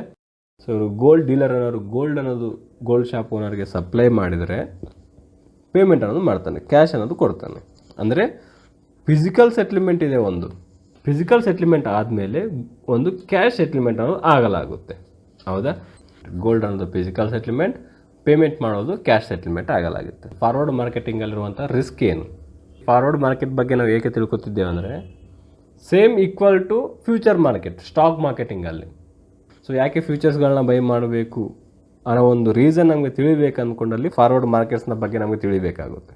ಓಕೆ, ಅಂದರೆ ಹೊರಗಡೆ ನಡೆಯುವ ಡೀಲಿಂಗ್ಸ್ ಎಲ್ಲವೂ ಫಾರ್ವರ್ಡ್ ಮಾರ್ಕೆಟ್ಸ್ ಆಗಿರುತ್ತೆ. ಓಕೆ, ಒಂದು ಅಗ್ರಿಕಲ್ಚರ್ ಪ್ರಾಡಕ್ಟ್ಸು, ಹತ್ತಿ ಆಗಿರ್ಬೋದು, ಜೋಳ ಆಗಿರ್ಬೋದು, ಭತ್ತ ಆಗಿರ್ಬೋದು, ಗೋಲ್ಡ್ ಆಗಿರ್ಬೋದು. ಓಕೆ, ಸೊ ಇವೆಲ್ಲ ಫಾರ್ವರ್ಡ್ ಮಾರ್ಕೆಟ್ಸ್. ಲಿಮಿಟೆಡ್ ಟೈಮ್ ಪೀರಿಯಡ್ಸಲ್ಲೇ ಬೈಯಿಂಗ್ ಮಾಡ್ಕೊಂಡು ಸೆಲ್ಲಿಂಗ್ ಅನ್ನೋದು ಮಾಡ್ತಾರೆ. ಸೊ ಆ್ಯಂಡ್ ಇಲ್ಲಿ ಸೆಟ್ಲ್ಮೆಂಟ್ಸ್ ಅನ್ನೋದು cash settlements and physical settlement ಅನ್ನೋದು ಆಗಲಾಗುತ್ತೆ. ಸೊ ಹಾಗಾದರೆ ಫಾರ್ವರ್ಡ್ ಮಾರ್ಕೆಟಲ್ಲಿರುವಂಥ ರಿಸ್ಕ್ ಏನಿದೆ? ರಿಸ್ಕ್ ಏನಾಗಿರುತ್ತೆ ಅಂದರೆ ಫಸ್ಟ್ ಒನ್ ಬಂದು ಲಿಕ್ವಿಡಿಟಿ ರಿಸ್ಕ್. ಈ ಗೋಲ್ಡ್ ಅಗ್ರಿಮೆಂಟ್ ಅನ್ನೋದು ಸೊ ಎಷ್ಟು ಜನ ನಡುವೆ ನಡೆದಿದೆ? ಸೊ ಇಬ್ಬರು ನಡುವೆ ನಡೆದಿದೆ. ಒಬ್ಬರು ಗೋಲ್ಡ್ ಶಾಪ್ ಓನರ್ ಆ್ಯಂಡ್ ಒಬ್ಬರು ಗೋಲ್ಡ್ ಡೀಲರ್, ಹೌದಾ? ಸಪೋಸ್ ಈಗ ಈ ಡೀಲಿಂಗ್ ಅನ್ನೋದು ಕ್ಯಾನ್ಸಲ್ ಆಯ್ತು ಅಂತ ತಿಳ್ಕೊಳ್ಳೋಣ. ಈ ಡೀಲಿಂಗ್ ಅನ್ನೋದು ಕ್ಯಾನ್ಸಲ್ ಆಯ್ತು ಅಂದ್ಕೊಂಡಲ್ಲಿ ಗೋಲ್ಡ್ ಶಾಪ್ ಡೀಲರ್ ಆಗಿರ್ಬೋದು ಅಥವಾ ಗೋಲ್ಡ್ ಶಾಪ್ ಓನರ್ ಆಗಿರ್ಬೋದು ಬೇರೆ ಹತ್ರ ಡೀಲಿಂಗ್ ಮಾಡ್ಕೋಕೆ ಬರೋದಿಲ್ಲ. ಏಕೆಂದರೆ ಆಲ್ರೆಡಿ ಅವರು ಅಗ್ರಿಮೆಂಟ್ ಮಾಡ್ಕೊಂಡಿರ್ತಾರೆ. ಒಂದು ಅಮೌಂಟ್ ಆಗಿರ್ಬೋದು, ಗೋಲ್ಡ್ ಅನ್ನೋದು ಆಫ್ ಮೂಮೆಂಟ್ ಆಗಿಬಿಟ್ಟಿರುತ್ತೆ, ಆಫ್ ಸೆಟ್ಲ್ಮೆಂಟ್ ಆಗಿಬಿಟ್ಟಿರುತ್ತೆ. ಸೊ ಅಂದರೆ ಇವರಿಬ್ಬರ ನಡುವೆ ಆ ಸೆಟ್ಲ್ಮೆಂಟ್ ಅನ್ನೋದು ಆಗಬೇಕು. ಕೇಸ್ ಆಗಲಿಲ್ಲ ಅಂದರೆ ಇವರಿಬ್ಬರಿಗೂ ಲಾಸ್ ಆಗುತ್ತೆ. ಲಿಕ್ವಿಡಿಟಿ ರಿಸ್ಕ್ ಅನ್ನೋದು ಭಾಳ ಕಡಿಮೆ ಪಾರ್ಟೀಸ್ಗಳು ಎಂಟ್ರಿ ಆದಲ್ಲಿ ಲಿಕ್ವಿಡಿಟಿ ರೇಷಿಯೋಸ್ ಅನ್ನೋದು ಆಗುತ್ತೆ. ಅದು ಲಿಕ್ವಿಡಿಟಿ ರಿಸ್ಕ್ ಅನ್ನೋದು ಇರುತ್ತೆ. ಓಕೆ, ಸೆಕೆಂಡ್ ಒನ್ ಬಂದು counter party risk. Counterparty ಅಂದರೆ buyer and seller, gold shop owner buyer and gold dealer.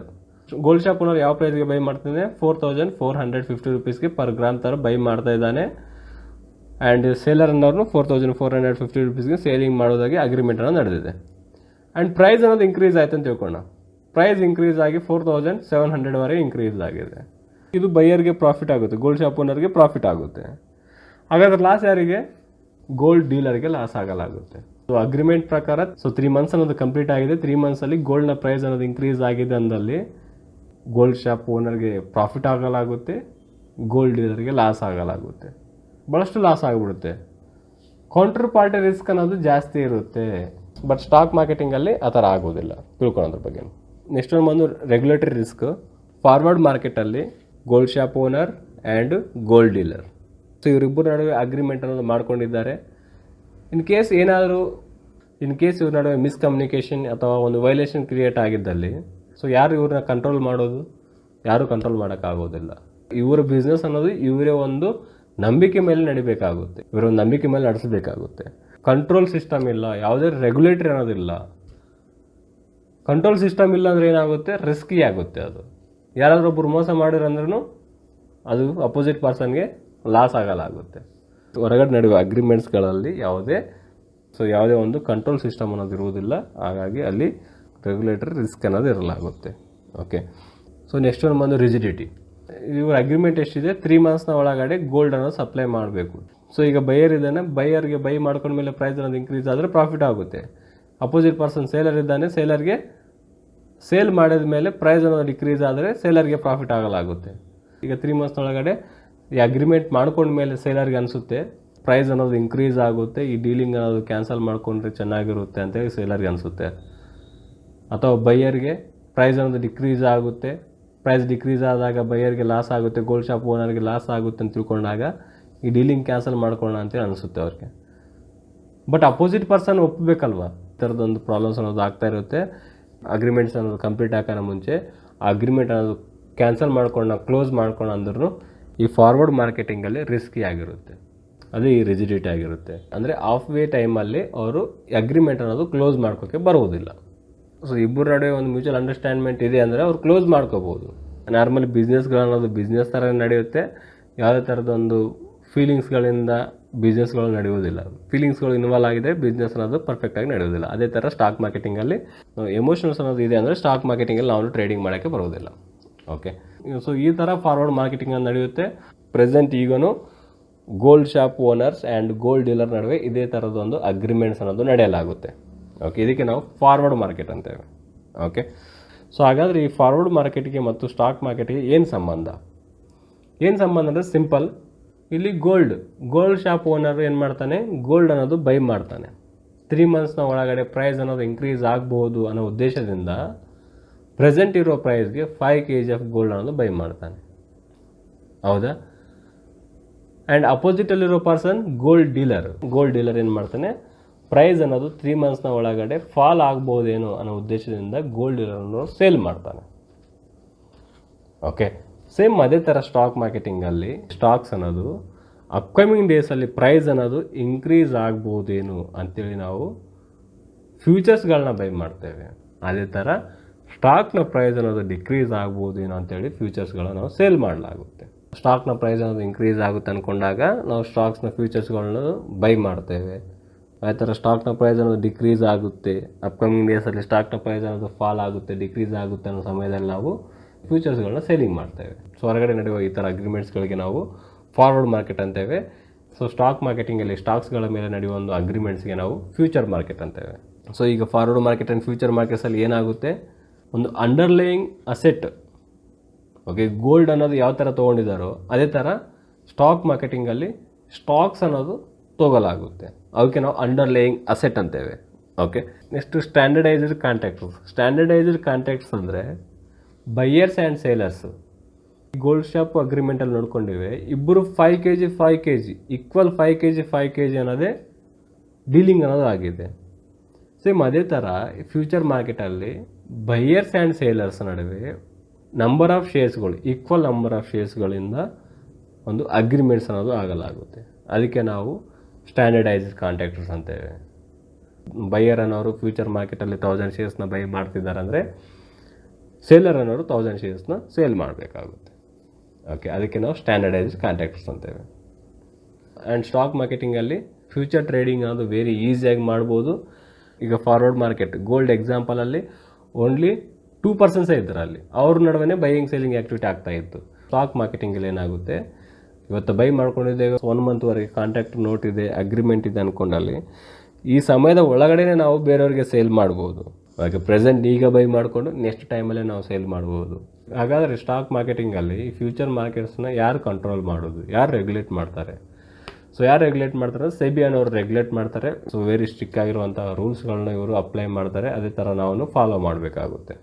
And ಈ ಕಾಂಟ್ರಾಕ್ಟ್ಸ್ಗಳಲ್ಲಿ ಈಗ ಫಾರ್ವರ್ಡ್ ಕಾಂಟ್ರಾಕ್ಟ್ ಆಯಿತು, ಫ್ಯೂಚರ್ ಕಾಂಟ್ರಾಕ್ಟ್ ಆಗಿರ್ಬೋದು, ಇವುಗಳಲ್ಲಿ ಒಂದು ಟೈಮ್ ಬಾಂಡ್ ಇರುತ್ತೆ. ಟೈಮ್ ಬಾಂಡ್, ಅದಕ್ಕೆ ನಾವು ಕಾಂಟ್ರಾಕ್ಟ್ ನೋಟ್ ಅಂತೀವಲ್ಲ, ಟೈಮ್ ಬಾಂಡ್. ಸೊ ಇಬ್ಬರು ನಡುವೆ ಅಗ್ರಿಮೆಂಟ್ಸ್ ಅನ್ನೋದು ಒಂದು 3 ಮಂತ್ಸ್ ಅನ್ನೋದು ಅಗ್ರಿಮೆಂಟ್ ಆಗಲಾಗಿತ್ತು. ಅದೇ ಥರ ಸ್ಟಾಕ್ ಮಾರ್ಕೆಟಿಂಗಲ್ಲೂ 3 ಮಂತ್ಸ್ಗಳಲ್ಲಿ ನಾವು ಪಾರ್ಟಿಸಿಪೇಟ್ ಮಾಡ್ಬೋದು. ಪ್ರೆಸೆಂಟ್ ಮಂತ್ ಇರುತ್ತೆ, ಅದಕ್ಕೆ ನಾವು ಕರೆಂಟ್ ಮಂತ್ ಅಂತೇವೆ. And mid month and far month 3 ಮಂತ್ಸ್ಗಳಲ್ಲಿ ನಾವು ಯಾವುದಾದ್ರು ಕಾಂಟ್ರಾಕ್ಟಲ್ಲಿ ನಾವು ಪಾರ್ಟಿಸಿಪೇಟ್ ಅನ್ನೋದು ಮಾಡಬಹುದು. ಓಕೆ. ಆ್ಯಂಡ್ ನೆಕ್ಸ್ಟ್ ಒಂದು ಕ್ಯಾಶ್ ಸೆಟ್ಲ್ಮೆಂಟ್.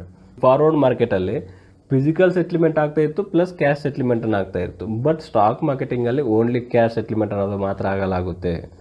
ಓಕೆ, ಸ್ಟಾಕ್ ಮಾರ್ಕೆಟಿಂಗಲ್ಲಿ ಓನ್ಲಿ ಕ್ಯಾಶ್ ಸೆಟ್ಲ್ಮೆಂಟ್ ಅನ್ನೋದು ಮಾತ್ರ ಆಗಲಾಗುತ್ತೆ. ಒಂದು ಸಾರಿ ಫೈನಲ್ ಆಗಿ ಫಾರ್ವರ್ಡ್ ಕಾಂಟ್ರಾಕ್ಟ್ಸ್ಗೆ ಮತ್ತು ಫ್ಯೂಚರ್ ಕಾಂಟ್ರಾಕ್ಟ್ಸ್ ಇರುವ ಡಿಫ್ರೆನ್ಸ್ ನೋಡಿ. ಕಾಂಟ್ರಾಕ್ಟರ್ಸ್ ಅಂದರೆ ಬೈಯರ್ಸ್ ಆ್ಯಂಡ್ ಸೇಲರ್ಸ್. ನಾನೊಬ್ಬ ಕಾಂಟ್ರಾಕ್ಟರ್ ಅಂದರೆ ನಾನೊಬ್ಬ ಬೈಯರ್ ಅಥವಾ ನಾನೊಬ್ಬ ಸೇಲರ್. ಕಾಂಟ್ರಾಕ್ಟರ್ ಅಂದರೆ ಬೈಯರ್ ಆರ್ ಸೇಲರ್ಸ್ಗೆ ನಾವು ಕಾಂಟ್ರಾಕ್ಟರ್ಸ್ ಅಂತೇವೆ. ಓಕೆ, ಡೀಲಿಂಗಲ್ಲಿ ಪಾರ್ಟಿಸಿಪೇಟ್ ಮಾಡೋರು, ಅಗ್ರಿಮೆಂಟಲ್ಲಿ ಪಾರ್ಟಿಸಿಪೇಟ್ ಮಾಡೋರು, ಅವರಿಗೆ ನಾವು ಕಾಂಟ್ರಾಕ್ಟರ್ಸ್ ಅಂತೇವೆ. Okay, so forward contractor and future contractor. Forward contractor OTC ಮುಖಾಂತರ ನಡೆಯುತ್ತೆ. ಓವರ್ ದಿ ಕೌಂಟರ್ ಅಂದರೆ ಫೇಸ್ ಟು ಫೇಸ್ ಆಗಿ ಒಂದು ಅಗ್ರಿಮೆಂಟ್ಸ್ ಅನ್ನೋದು ನಡೆಯುತ್ತೆ. ಫೇಸ್ ಟು ಫೇಸ್ ಆಗಿ ಸೆಟ್ಲ್ಮೆಂಟ್ಸ್ ಅನ್ನೋದು ಆಗುತ್ತೆ. ಓಕೆ, ಸ್ಟಾಕ್ ಮಾರ್ಕೆಟಿಂಗಲ್ಲಿ ಫ್ಯೂಚರ್ ಕಾಂಟ್ರಾಕ್ಟ್ಸು, ಈ ಫ್ಯೂಚರ್ ಟ್ರೇಡಿಂಗ್ ಅನ್ನೋದು ಸ್ಟಾಕ್ ಎಕ್ಸ್ಚೇಂಜ್ ಮುಖಾಂತರ ನಡೆಯುತ್ತೆ. ಫಾರ್ವರ್ಡ್ ಮಾರ್ಕೆಟಲ್ಲಿ ಹೈ ಕೌಂಟರ್ ಪಾರ್ಟಿ ರಿಸ್ಕ್ ಅನ್ನೋದಿದೆ. ಓನ್ಲಿ ಇಬ್ಬರ ನಡುವೆ gold shop owner and gold ಡೀಲರ್ನ ಇಬ್ಬರ ನಡುವೆ ಒಂದು ಡೀಲಿಂಗ್ ಅನ್ನೋದಿರುತ್ತೆ, ಅಗ್ರಿಮೆಂಟ್ ಅನ್ನೋದಿರುತ್ತೆ. ಇನ್ ಕೇಸ್ ಅಗ್ರಿಮೆಂಟ್ ಅನ್ನೋದು ಕ್ಯಾನ್ಸಲ್ ಆಗಿದೆ ಅಂದರೆ ಆ ಗೋಲ್ಡ್ ಡೀಲರ್ನವರು ಆ 5 kg ಆಫ್ ಗೋಲ್ಡ್ನ ಬೇರೆಯವ್ರಿಗೆ ಸೇಲ್ ಮಾಡ್ತಾರೆ. ಸೊ ಯಾರು ಬೈ ಮಾಡೋದಿಲ್ಲ. ಸೊ ಪ್ರೆಸೆಂಟ್ ಈಗಾದರೂ ನಾವು ಎಲ್ಲಾದರೂ ಆರ್ಡರ್ ಕೊಟ್ಟಲ್ಲಿ, ನಾವು ಹೊರಗಡೆ ಏನಾದರೂ ಆರ್ಡರ್ ಕೊಟ್ಟಲ್ಲಿ ಅಲ್ಲಿ ಅದೇ ಒಂದು ಟೈಮ್ ಪೀರಿಯಡ್ ಇರುತ್ತೆ, ಕಾಂಟ್ರಾಕ್ಟ್ ನೋಟ್ ಇದೆ, ಅಲ್ಲಿ ಒಂದು ಅಗ್ರಿಮೆಂಟ್ ನಡೀತಾ ಇದೆ. ಹೌದಾ? ನಾವು ಫಾರ್ವರ್ಡ್ ಮಾರ್ಕೆಟ್ ಅಂತೇವೆ. ಫಾರ್ವರ್ಡ್ ಮಾರ್ಕೆಟಲ್ಲಿ ಓನ್ಲಿ ಬೈಯರ್ ಆ್ಯಂಡ್ ಸೇಲರ್ಸ್ ನಡುವೆ ಡೀಲಿಂಗ್ ಇರುತ್ತೆ. ಸೊ ಇನ್ ಕೇಸ್ ಬೈಯರ್ ಅನ್ನೋರು ಆ ಡೀಲಿಂಗ್ನ ಕ್ಯಾನ್ಸಲ್ ಮಾಡ್ಕೊಂಡಾದ್ರು ಯಾರಿಗಾದ್ರು ಭಾಳಷ್ಟು ಎಫೆಕ್ಟ್ ಆಗುತ್ತೆ, ಭಾಳಷ್ಟು ರಿಸ್ಕಿ ಇರುತ್ತೆ ಅಂತ. ಬಟ್ ಸ್ಟಾಕ್ ಮಾರ್ಕೆಟಿಂಗಲ್ಲಿ ಫ್ಯೂಚರ್ ಟ್ರೇಡಿಂಗ್ ಮಾಡುವಾಗ ಆ ಥರದ್ದು ಯಾವುದೇ ಒಂದು ರಿಸ್ಕ್ ಅನ್ನೋದು ಇರುವುದಿಲ್ಲ. ಓಕೆ, ಇಲ್ಲಿ ಯಾವುದೇ ಥರದೊಂದು ಕೌಂಟರ್ ರಿಸ್ಕ್ ಅನ್ನೋದು ಇರುವುದಿಲ್ಲ, ಏಕೆಂದರೆ ಭಾಳಷ್ಟು ಜನ ಬೈಯರ್ಸ್ ಆ್ಯಂಡ್ ಸೆಲ್ಲರ್ಸ್ ಅನ್ನೋರು ಇರ್ತಾರೆ ಇಲ್ಲಿ. ಓಕೆ, ಸೊ ಆ್ಯಂಡ್ ಫಾರ್ವರ್ಡ್ ಮಾರ್ಕೆಟನ್ನು ರೆಗ್ಯುಲೇಟ್ ಮಾಡೋರು ಯಾರೂ ಇಲ್ಲ, ಓನ್ಲಿ ಒಂದು ಬಿಲೂನ್ ಎಸ್ ಮೇಲೆ ನಡೀತಾ ಇರುತ್ತೆ. ಫ್ಯೂಚರ್ ಕಾಂಟ್ರಾಕ್ಟ್ಸ್ ಅನ್ನೋದು ಸೆಬಿ ಅನ್ನೋರು ರೆಗ್ಯುಲೇಟ್ ಮಾಡಲಾಗುತ್ತೆ. ಫ್ಯೂಚರ್ ಮಾರ್ಕೆಟಲ್ಲಿ ಸೆಬಿ ಅನ್ನೋದು ರೆಗ್ಯುಲೇಟ್ ಮಾಡ್ತಾರೆ. ಸೊ ಫಾರ್ವರ್ಡ್ ಮಾರ್ಕೆಟಲ್ಲಿ ಟ್ರಾನ್ಸ್ಫರೇಬಲ್ ಮಾಡೋಕ್ಕಾಗೋದಿಲ್ಲ, ಓನ್ಲಿ ಬೈಯರ್ ಆ್ಯಂಡ್ ಸೆಲ್ಲರ್ಸ್ ನಡುವೆ ಇರುತ್ತೆ. ಅದು ಅವ್ರ ನಡುವೆ ಬಿಸ್ನೆಸ್ ಅನ್ನೋದು ಕ್ಲೋಸ್ ಆಗಬೇಕಾಗುತ್ತೆ. ಬಟ್ ಫ್ಯೂಚರ್ ಮಾರ್ಕೆಟಲ್ಲಿ, ಸ್ಟಾಕ್ ಮಾರ್ಕೆಟಿಂಗಲ್ಲಿ ಏನಾಗುತ್ತೆ, ಈಸಿ ಟು ಟ್ರಾನ್ಸ್ಫರ್. ನಾವು ಬೇರೆಯವ್ರಿಗೆ ಈಸಿಯಾಗಿ ನಾವು ಸೇಲ್ ಮಾಡ್ಬೋದು, ಈಸಿಯಾಗಿ ನಾವು ಬೈ ಮಾಡ್ಬೋದು, ಈಸಿಯಾಗಿ ನಾವು ಸೇಲಿಂಗ್ ಅನ್ನೋದು ಮಾಡ್ಬೋದು. ಅದೇ ಥರ ಫಾರ್ವರ್ಡ್ ಮಾರ್ಕೆಟಲ್ಲಿ ನೋಡಿಕೊಂಡ್ರೆ ಹೊರಗಡೆ ನಡೆಯುವ ಮಾರ್ಕೆಟ್ಸ್, ಸ್ಟಾಕ್ ಮಾರ್ಕೆಟಿಂಗಲ್ಲಿ ಬಿಟ್ಟು ಹೊರಗಡೆ ನಡೆಯುವ ಮಾರ್ಕೆಟ್ಸ್ಗಳಿಗೆ ನಾವು ಫಾರ್ವರ್ಡ್ ಮಾರ್ಕೆಟ್ ಅಂತೇವೆ. ಸ್ಟಾಕ್ ಮಾರ್ಕೆಟಿಂಗಲ್ಲಿ ನಡೆಯೋದಕ್ಕೆ ಫ್ಯೂಚರ್ ಮಾರ್ಕೆಟ್ಸ್ ಅಂತೇವೆ. ಓಕೆ, ಈಗ ಫಾರ್ವರ್ಡ್ ಮಾರ್ಕೆಟಲ್ಲಿ ಓನ್ಲಿ ಒನ್ ಟೈಮ್ ಬಾಂಡ್ ಅನ್ನೋದಿದೆ, ಓನ್ಲಿ ಒನ್ ಟೈಮ್ ಫ್ರೇಮ್ ಅನ್ನೋದಿದೆ. ಬಟ್ ಸ್ಟಾಕ್ ಮಾರ್ಕೆಟಿಂಗಲ್ಲಿ ಮಲ್ಟಿಪಲ್ ಟೈಮ್ ಫ್ರೇಮ್ಸ್ ಇರುತ್ತೆ, ಮಂತ್ಲಿ ಟೈಮ್ ಫ್ರೇಮ್ಸ್ ಇರುತ್ತೆ. ಓಕೆ, ಅದೇ ಥರ ಒಂದು ಫಾರ್ವರ್ಡ್ ಮಾರ್ಕೆಟ್ಸಲ್ಲಿ ಸೆಟ್ಲ್ಮೆಂಟ್ ಅನ್ನೋದು cash settlement and physical settlement ಅನ್ನೋದು ಎರಡೂ ನಡೆಯಲಾಗುತ್ತೆ. ಬಟ್ ಸ್ಟಾಕ್ ಮಾರ್ಕೆಟಿಂಗಲ್ಲಿ ಓನ್ಲಿ ಕ್ಯಾಶ್ ಸೆಟ್ಲ್ಮೆಂಟ್ ಅನ್ನು ನಡೆಯಲಾಗುತ್ತೆ. ಓಕೆ, ಫೈನಲ್ ಆಗಿ ಈಗ ಫಾರ್ವರ್ಡ್ ಮಾರ್ಕೆಟ್ಸ್ ಅಂದ್ರೇನು, ಫ್ಯೂಚರ್ ಮಾರ್ಕೆಟ್ ಅಂದರೆ ಕ್ಲಿಯರಾಗಿ ನಮಗೆ ಇದು ಅರ್ಥ ಆಗಿದೆ. ಸೊ ಸ್ಟಾಕ್ ಮಾರ್ಕೆಟಿಂಗಲ್ಲಿ ಫ್ಯೂಚರ್ಸ್ಗಳ ಮೇಲೆ ಟ್ರೇಡಿಂಗ್ ಮಾಡೋಕ್ಕಿಂತ ಮುಂಚೆ ಇಂಪಾರ್ಟೆಂಟ್ ಟರ್ಮ್ಸನ್ನು ನಮಗೆ ತಿಳಿದಿರಬೇಕಾಗಿರುತ್ತೆ. ಫಸ್ಟ್ ಒಂದು ಬಂದು spot price and future price. Spot price ಅಂದರೆ ಏನು, ಫ್ಯೂಚರ್ ಪ್ರೈಸ್ ಅಂದರೆ ಏನು?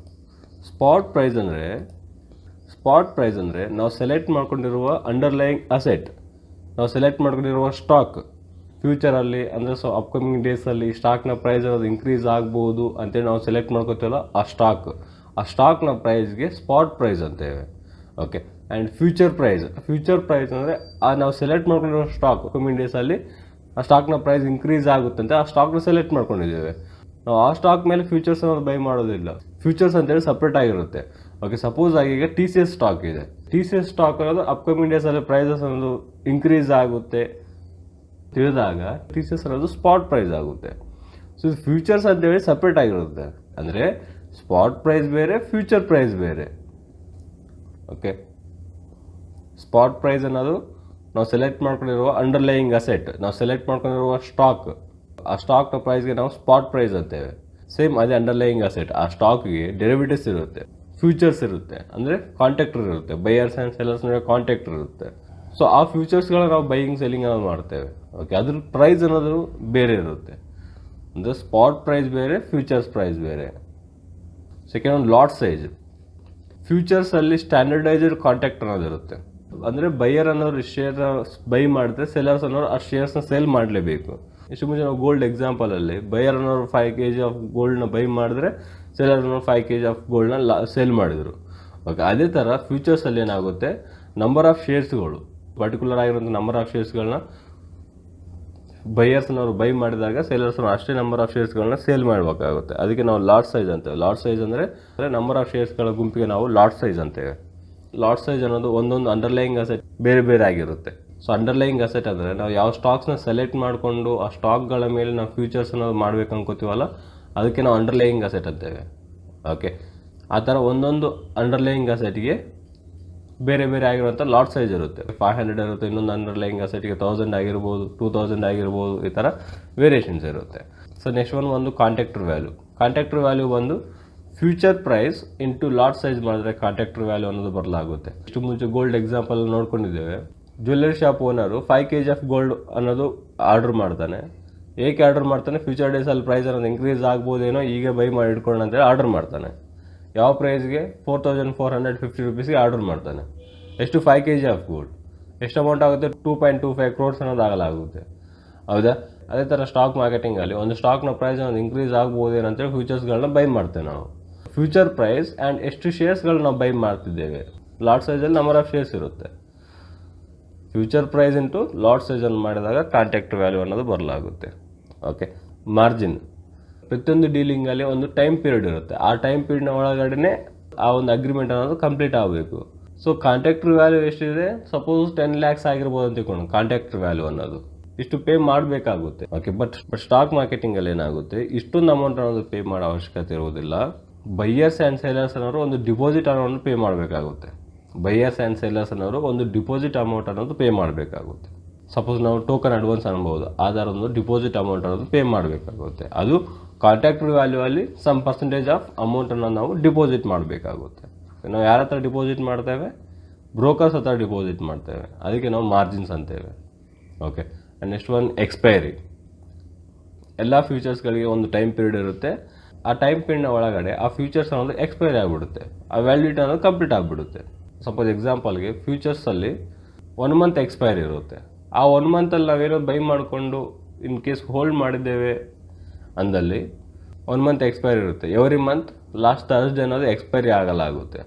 ಅದು ಎಕ್ಸ್ಪೈರಿ ಆಗಿದೆ, ಈಗ ನಮಗೆ ಪ್ರೆಸೆಂಟ್ ಮಾರ್ಚ್ ಮಂತದ್ದು ಎಕ್ಸ್ಪೈರಿ ಆಗಿದೆ ಅಂದಲ್ಲಿ ನಾವು ನೆಕ್ಸ್ಟ್ ಮಂತ್ ಫ್ಯೂಚರ್ಸ್ಗಳನ್ನ ಬೈ ಮಾಡ್ಬೋದು. Okay, multiple time frames futures ಅನ್ನೋದು ಓಪನ್ ಆಗಿರುತ್ತೆ. 3 months ಫ್ಯೂಚರ್ಸ್ಗಳನ್ನ ಓಪನ್ ಆಗಿರುತ್ತೆ.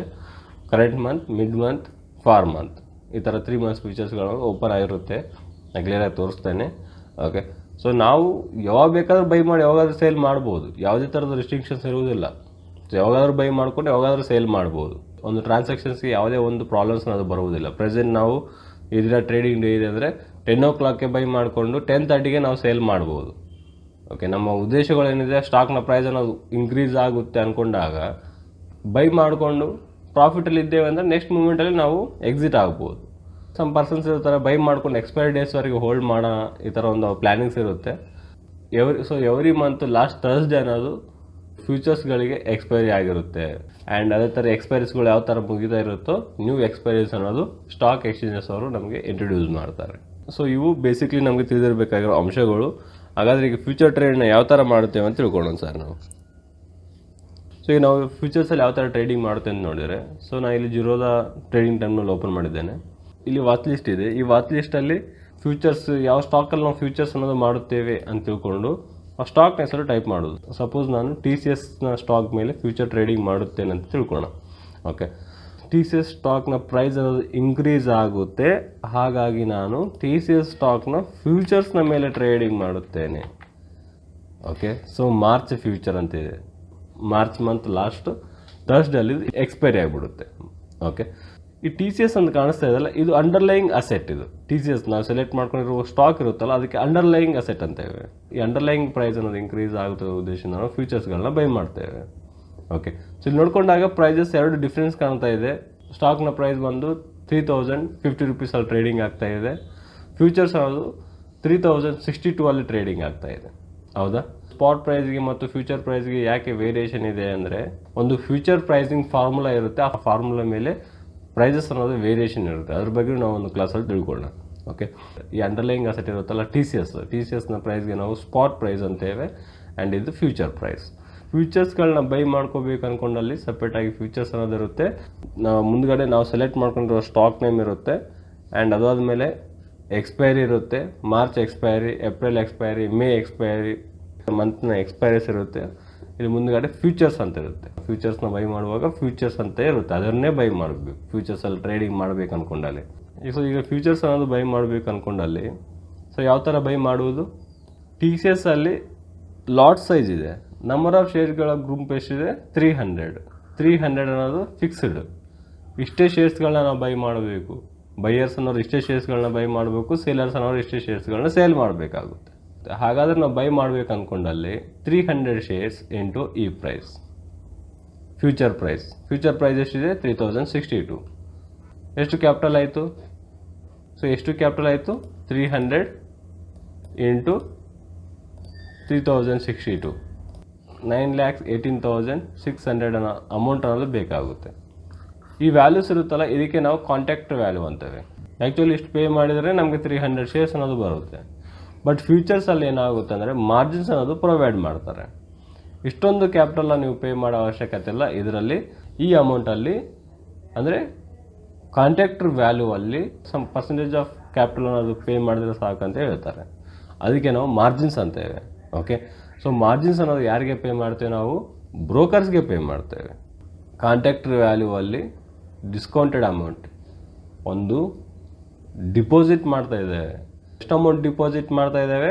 ಕಾಂಟ್ಯಾಕ್ಟ್ ವ್ಯಾಲ್ಯೂ ಅಲ್ಲಿ ಸಮ್ ಪರ್ಸೆಂಟೇಜ್ ಆಫ್ ಅಮೌಂಟನ್ನು ನಾವು ಡಿಪಾಸಿಟ್ ಮಾಡಲಾಗುತ್ತೆ. ಓಕೆ, ಫ್ಯೂಚರ್ಸ್ ಟ್ರೇಡಿಂಗ್ ಮಾಡೋಕ್ಕೂ ಮುಂಚೆ ಇಂಪಾರ್ಟೆಂಟಾಗಿ ಕ್ಲಾರಿಫಿಕೇಷನ್ ಮಾಡ್ಕೋಬೇಕಾಗಿರುವ ಪಾಯಿಂಟ್ಸ್ ಯಾವುದು?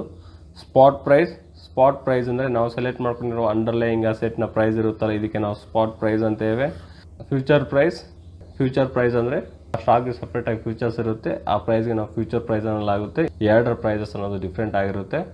ಸ್ಪಾಟ್ ಪ್ರೈಸ್ ಅಂದರೆ ಬೇರೆ, ಫ್ಯೂಚರ್ ಪ್ರೈಸ್ ಅಂದರೆ ಬೇರೆ. ಓಕೆ, ಅಂಡರ್ಲೈಯಿಂಗ್ ಅಸೆಟ್ ಅಂದರೆ ನಾವು ಸೆಲೆಕ್ಟ್ ಮಾಡ್ಕೊಂಡಿರುವ ಸ್ಟಾಕ್. ಸಪೋಸ್ ಈಗ ನಾವು ಟಿ ಸಿ ಎಸ್ ಫ್ಯೂಚರ್ಸ್ ಮೇಲೆ ಟ್ರೇಡಿಂಗ್ ಮಾಡ್ತೀವಿ ಅಂದ್ಕೊಂಡಲ್ಲಿ ಈ ಅಂಡರ್ಲೈಯಿಂಗ್ ಅಸೆಟ್ ಯಾವುದು? ಟಿ ಸಿ ಎಸ್ ಅನ್ನೋದು ಅಂಡರ್ಲೈಯಿಂಗ್ ಅಸೆಟ್ ಆಗಿರುತ್ತೆ. ಓಕೆ, ಸೊ ನೆಕ್ಸ್ಟ್ ಬಂದು ಎಕ್ಸ್ಪೈರಿ. ಫ್ಯೂಚರ್ಸ್ ಅನ್ನೋದು ಎವ್ರಿ ಮಂತ್ ಪ್ರತಿ ತಿಂಗಳ ಲಾಸ್ಟ್ ಗುರುವಾರದಂದು ನಮಗೆ ಎಕ್ಸ್ಪೈರಿ ಆಗುತ್ತೆ. ಆ ವ್ಯಾಲಿಡಿಟಿ ಅನ್ನೋದು ಕಂಪ್ಲೀಟ್ ಆಗುತ್ತೆ, ಎಕ್ಸ್ಪೈರಿ ಆಗಿಬಿಡುತ್ತೆ. ಆ ದಿನದ ಒಳಗಡೆ ಈ ಒಂದು ಫ್ಯೂಚರ್ಸ್ಗಳ ಮೇಲೆ ನಾವು ಟ್ರೇಡಿಂಗ್ ಮಾಡ್ಬೋದು. ಓಕೆ, ಆ ಒಂದು ಫ್ಯೂಚರ್ಸ್ ಅನ್ನೋದು ಎಕ್ಸ್ಪೈರಿ ಆಗ್ತಾ ಇರೋಂಗೆಲ್ಲ ನೆಕ್ಸ್ಟ್ ಮಂತ್ ಫ್ಯೂಚರ್ಸ್ ಅನ್ನೋದು ಇಂಟ್ರೊಡ್ಯೂಸ್ ಮಾಡ್ತಾರೆ.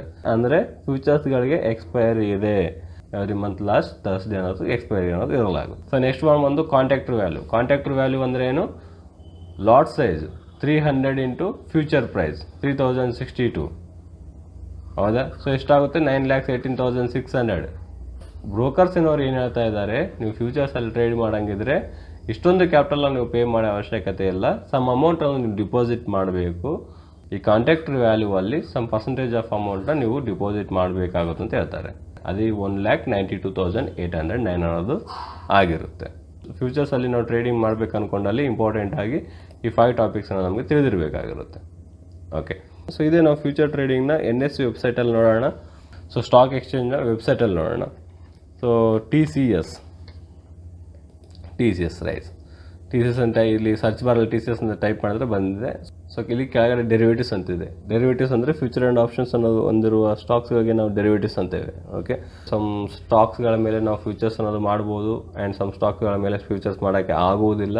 ಸ್ಟಾಕ್ಸ್ಗಳ ಮೇಲೆ ಫ್ಯೂಚರ್ಸ್ ಅನ್ನೋದು ಯಾಕೆ ಬೈ ಮಾಡ್ತೇವೆ, ಯಾಕೆ ಸೇಲ್ ಮಾಡ್ತೇವೆ ಅಂದರೆ ಫರ್ದರ್ ಮೂವ್ಮೆಂಟ್ಸ್ ನೋಡ್ಕೊಂಡು ನಾವು ಫ್ಯೂಚರ್ಸ್ಗಳನ್ನ ಮಾಡ್ತೇವೆ. ಓಕೆ, ಬಟ್ ಈ ಡೆರಿವೇಟಿವ್ಸ್ ಅನ್ನೋದು ಯಾಕೆ ತೊಗೊಂಬರಲಾಗಿದೆ? ಸ್ಟಾಕ್ಸ್ಗಳಿಗೆ ಓನ್ಲಿ ಸ್ವಲ್ಪ ಸ್ಟಾಕ್ಸ್ಗಳಿಗೆ ಯಾಕೆ ಡೆರಿವೇಟಿವ್ಸ್ ತೊಗೊಂಬಂದಿದ್ದಾರೆ, ಇನ್ನೂ ಬೇರೆ ಸ್ಟಾಕ್ಸ್ಗಳಿಗೆ ಯಾಕೆ ಡೆರಿವೇಟಿವ್ಸ್ ಅನ್ನೋದು ತೊಗೊಂಬಂದಿಲ್ಲ ಅನ್ನೋ ಟಾಪಿಕ್ಸ್ನ ನಾವು ನೆಕ್ಸ್ಟ್ ಕ್ಲಾಸ್ಗಳಲ್ಲಿ ಡಿಸ್ಕಷನ್ ಮಾಡೋಣ. ಓಕೆ, ಇಲ್ಲಿ ಡೆರಿವೇಟಿವ್ಸ್ ಮೇಲೆ ಕ್ಲಿಕ್ ಮಾಡಿದ ಮೇಲೆ ಕೆಳಗಡೆ ಫಿಲ್ಟರ್ ಬೈ ಇದೆ.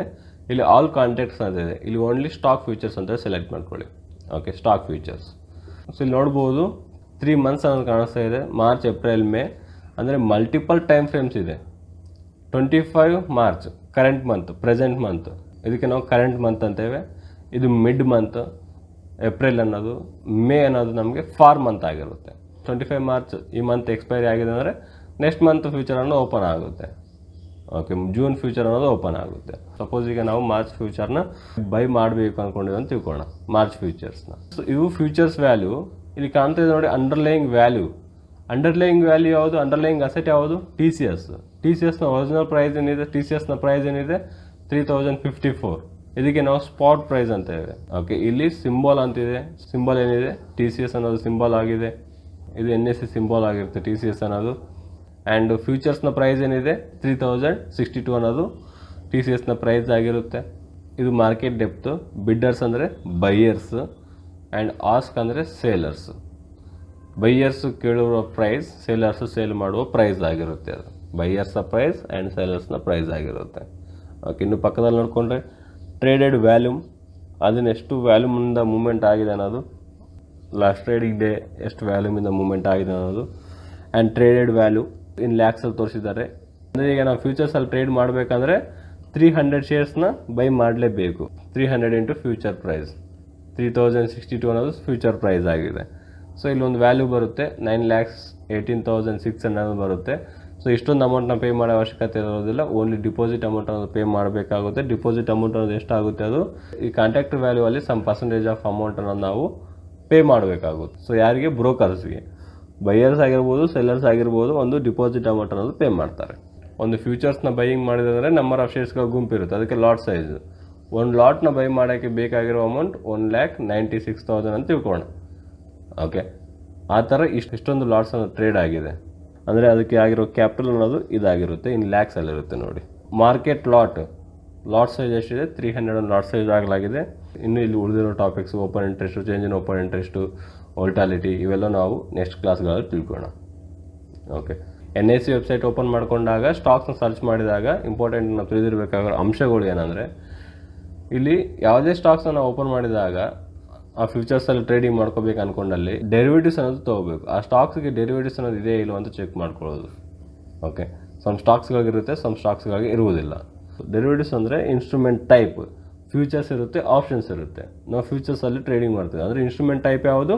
ಫ್ಯೂಚರ್ಸ್ ಅನ್ನೋದು ಇನ್ಸ್ಟ್ರೂಮೆಂಟ್ ಟೈಪ್. ಸಿಂಬಲ್ ಅನ್ನೋದು ಎವ್ರಿ ಸ್ಟಾಕ್ಸ್ಗೆ ಒಂದು ಸಿಂಬಲ್ ಇರುತ್ತೆ. ಕಂಪ್ಲೀಟ್ ಹೆಸರನ್ನು ಟೈಪ್ ಮಾಡೋದಿಲ್ಲ. ಟಿ ಸಿ ಎಸ್ ಈಗ ಟಾಟಾ ಕನ್ಸಲ್ಟೆನ್ಸಿ ಸರ್ವಿಸಸ್ ಇಷ್ಟೊಂದು ನಾವು ಟೈಪ್ ಮಾಡೋದಿಲ್ಲ, ಓನ್ಲಿ ಟಿ ಸಿ ಎಸ್ ಅಂತ ಟೈಪ್ ಮಾಡ್ತೀವಿ. ಇದು ಸಿಂಬಲ್ ಆಗಿರುತ್ತೆ.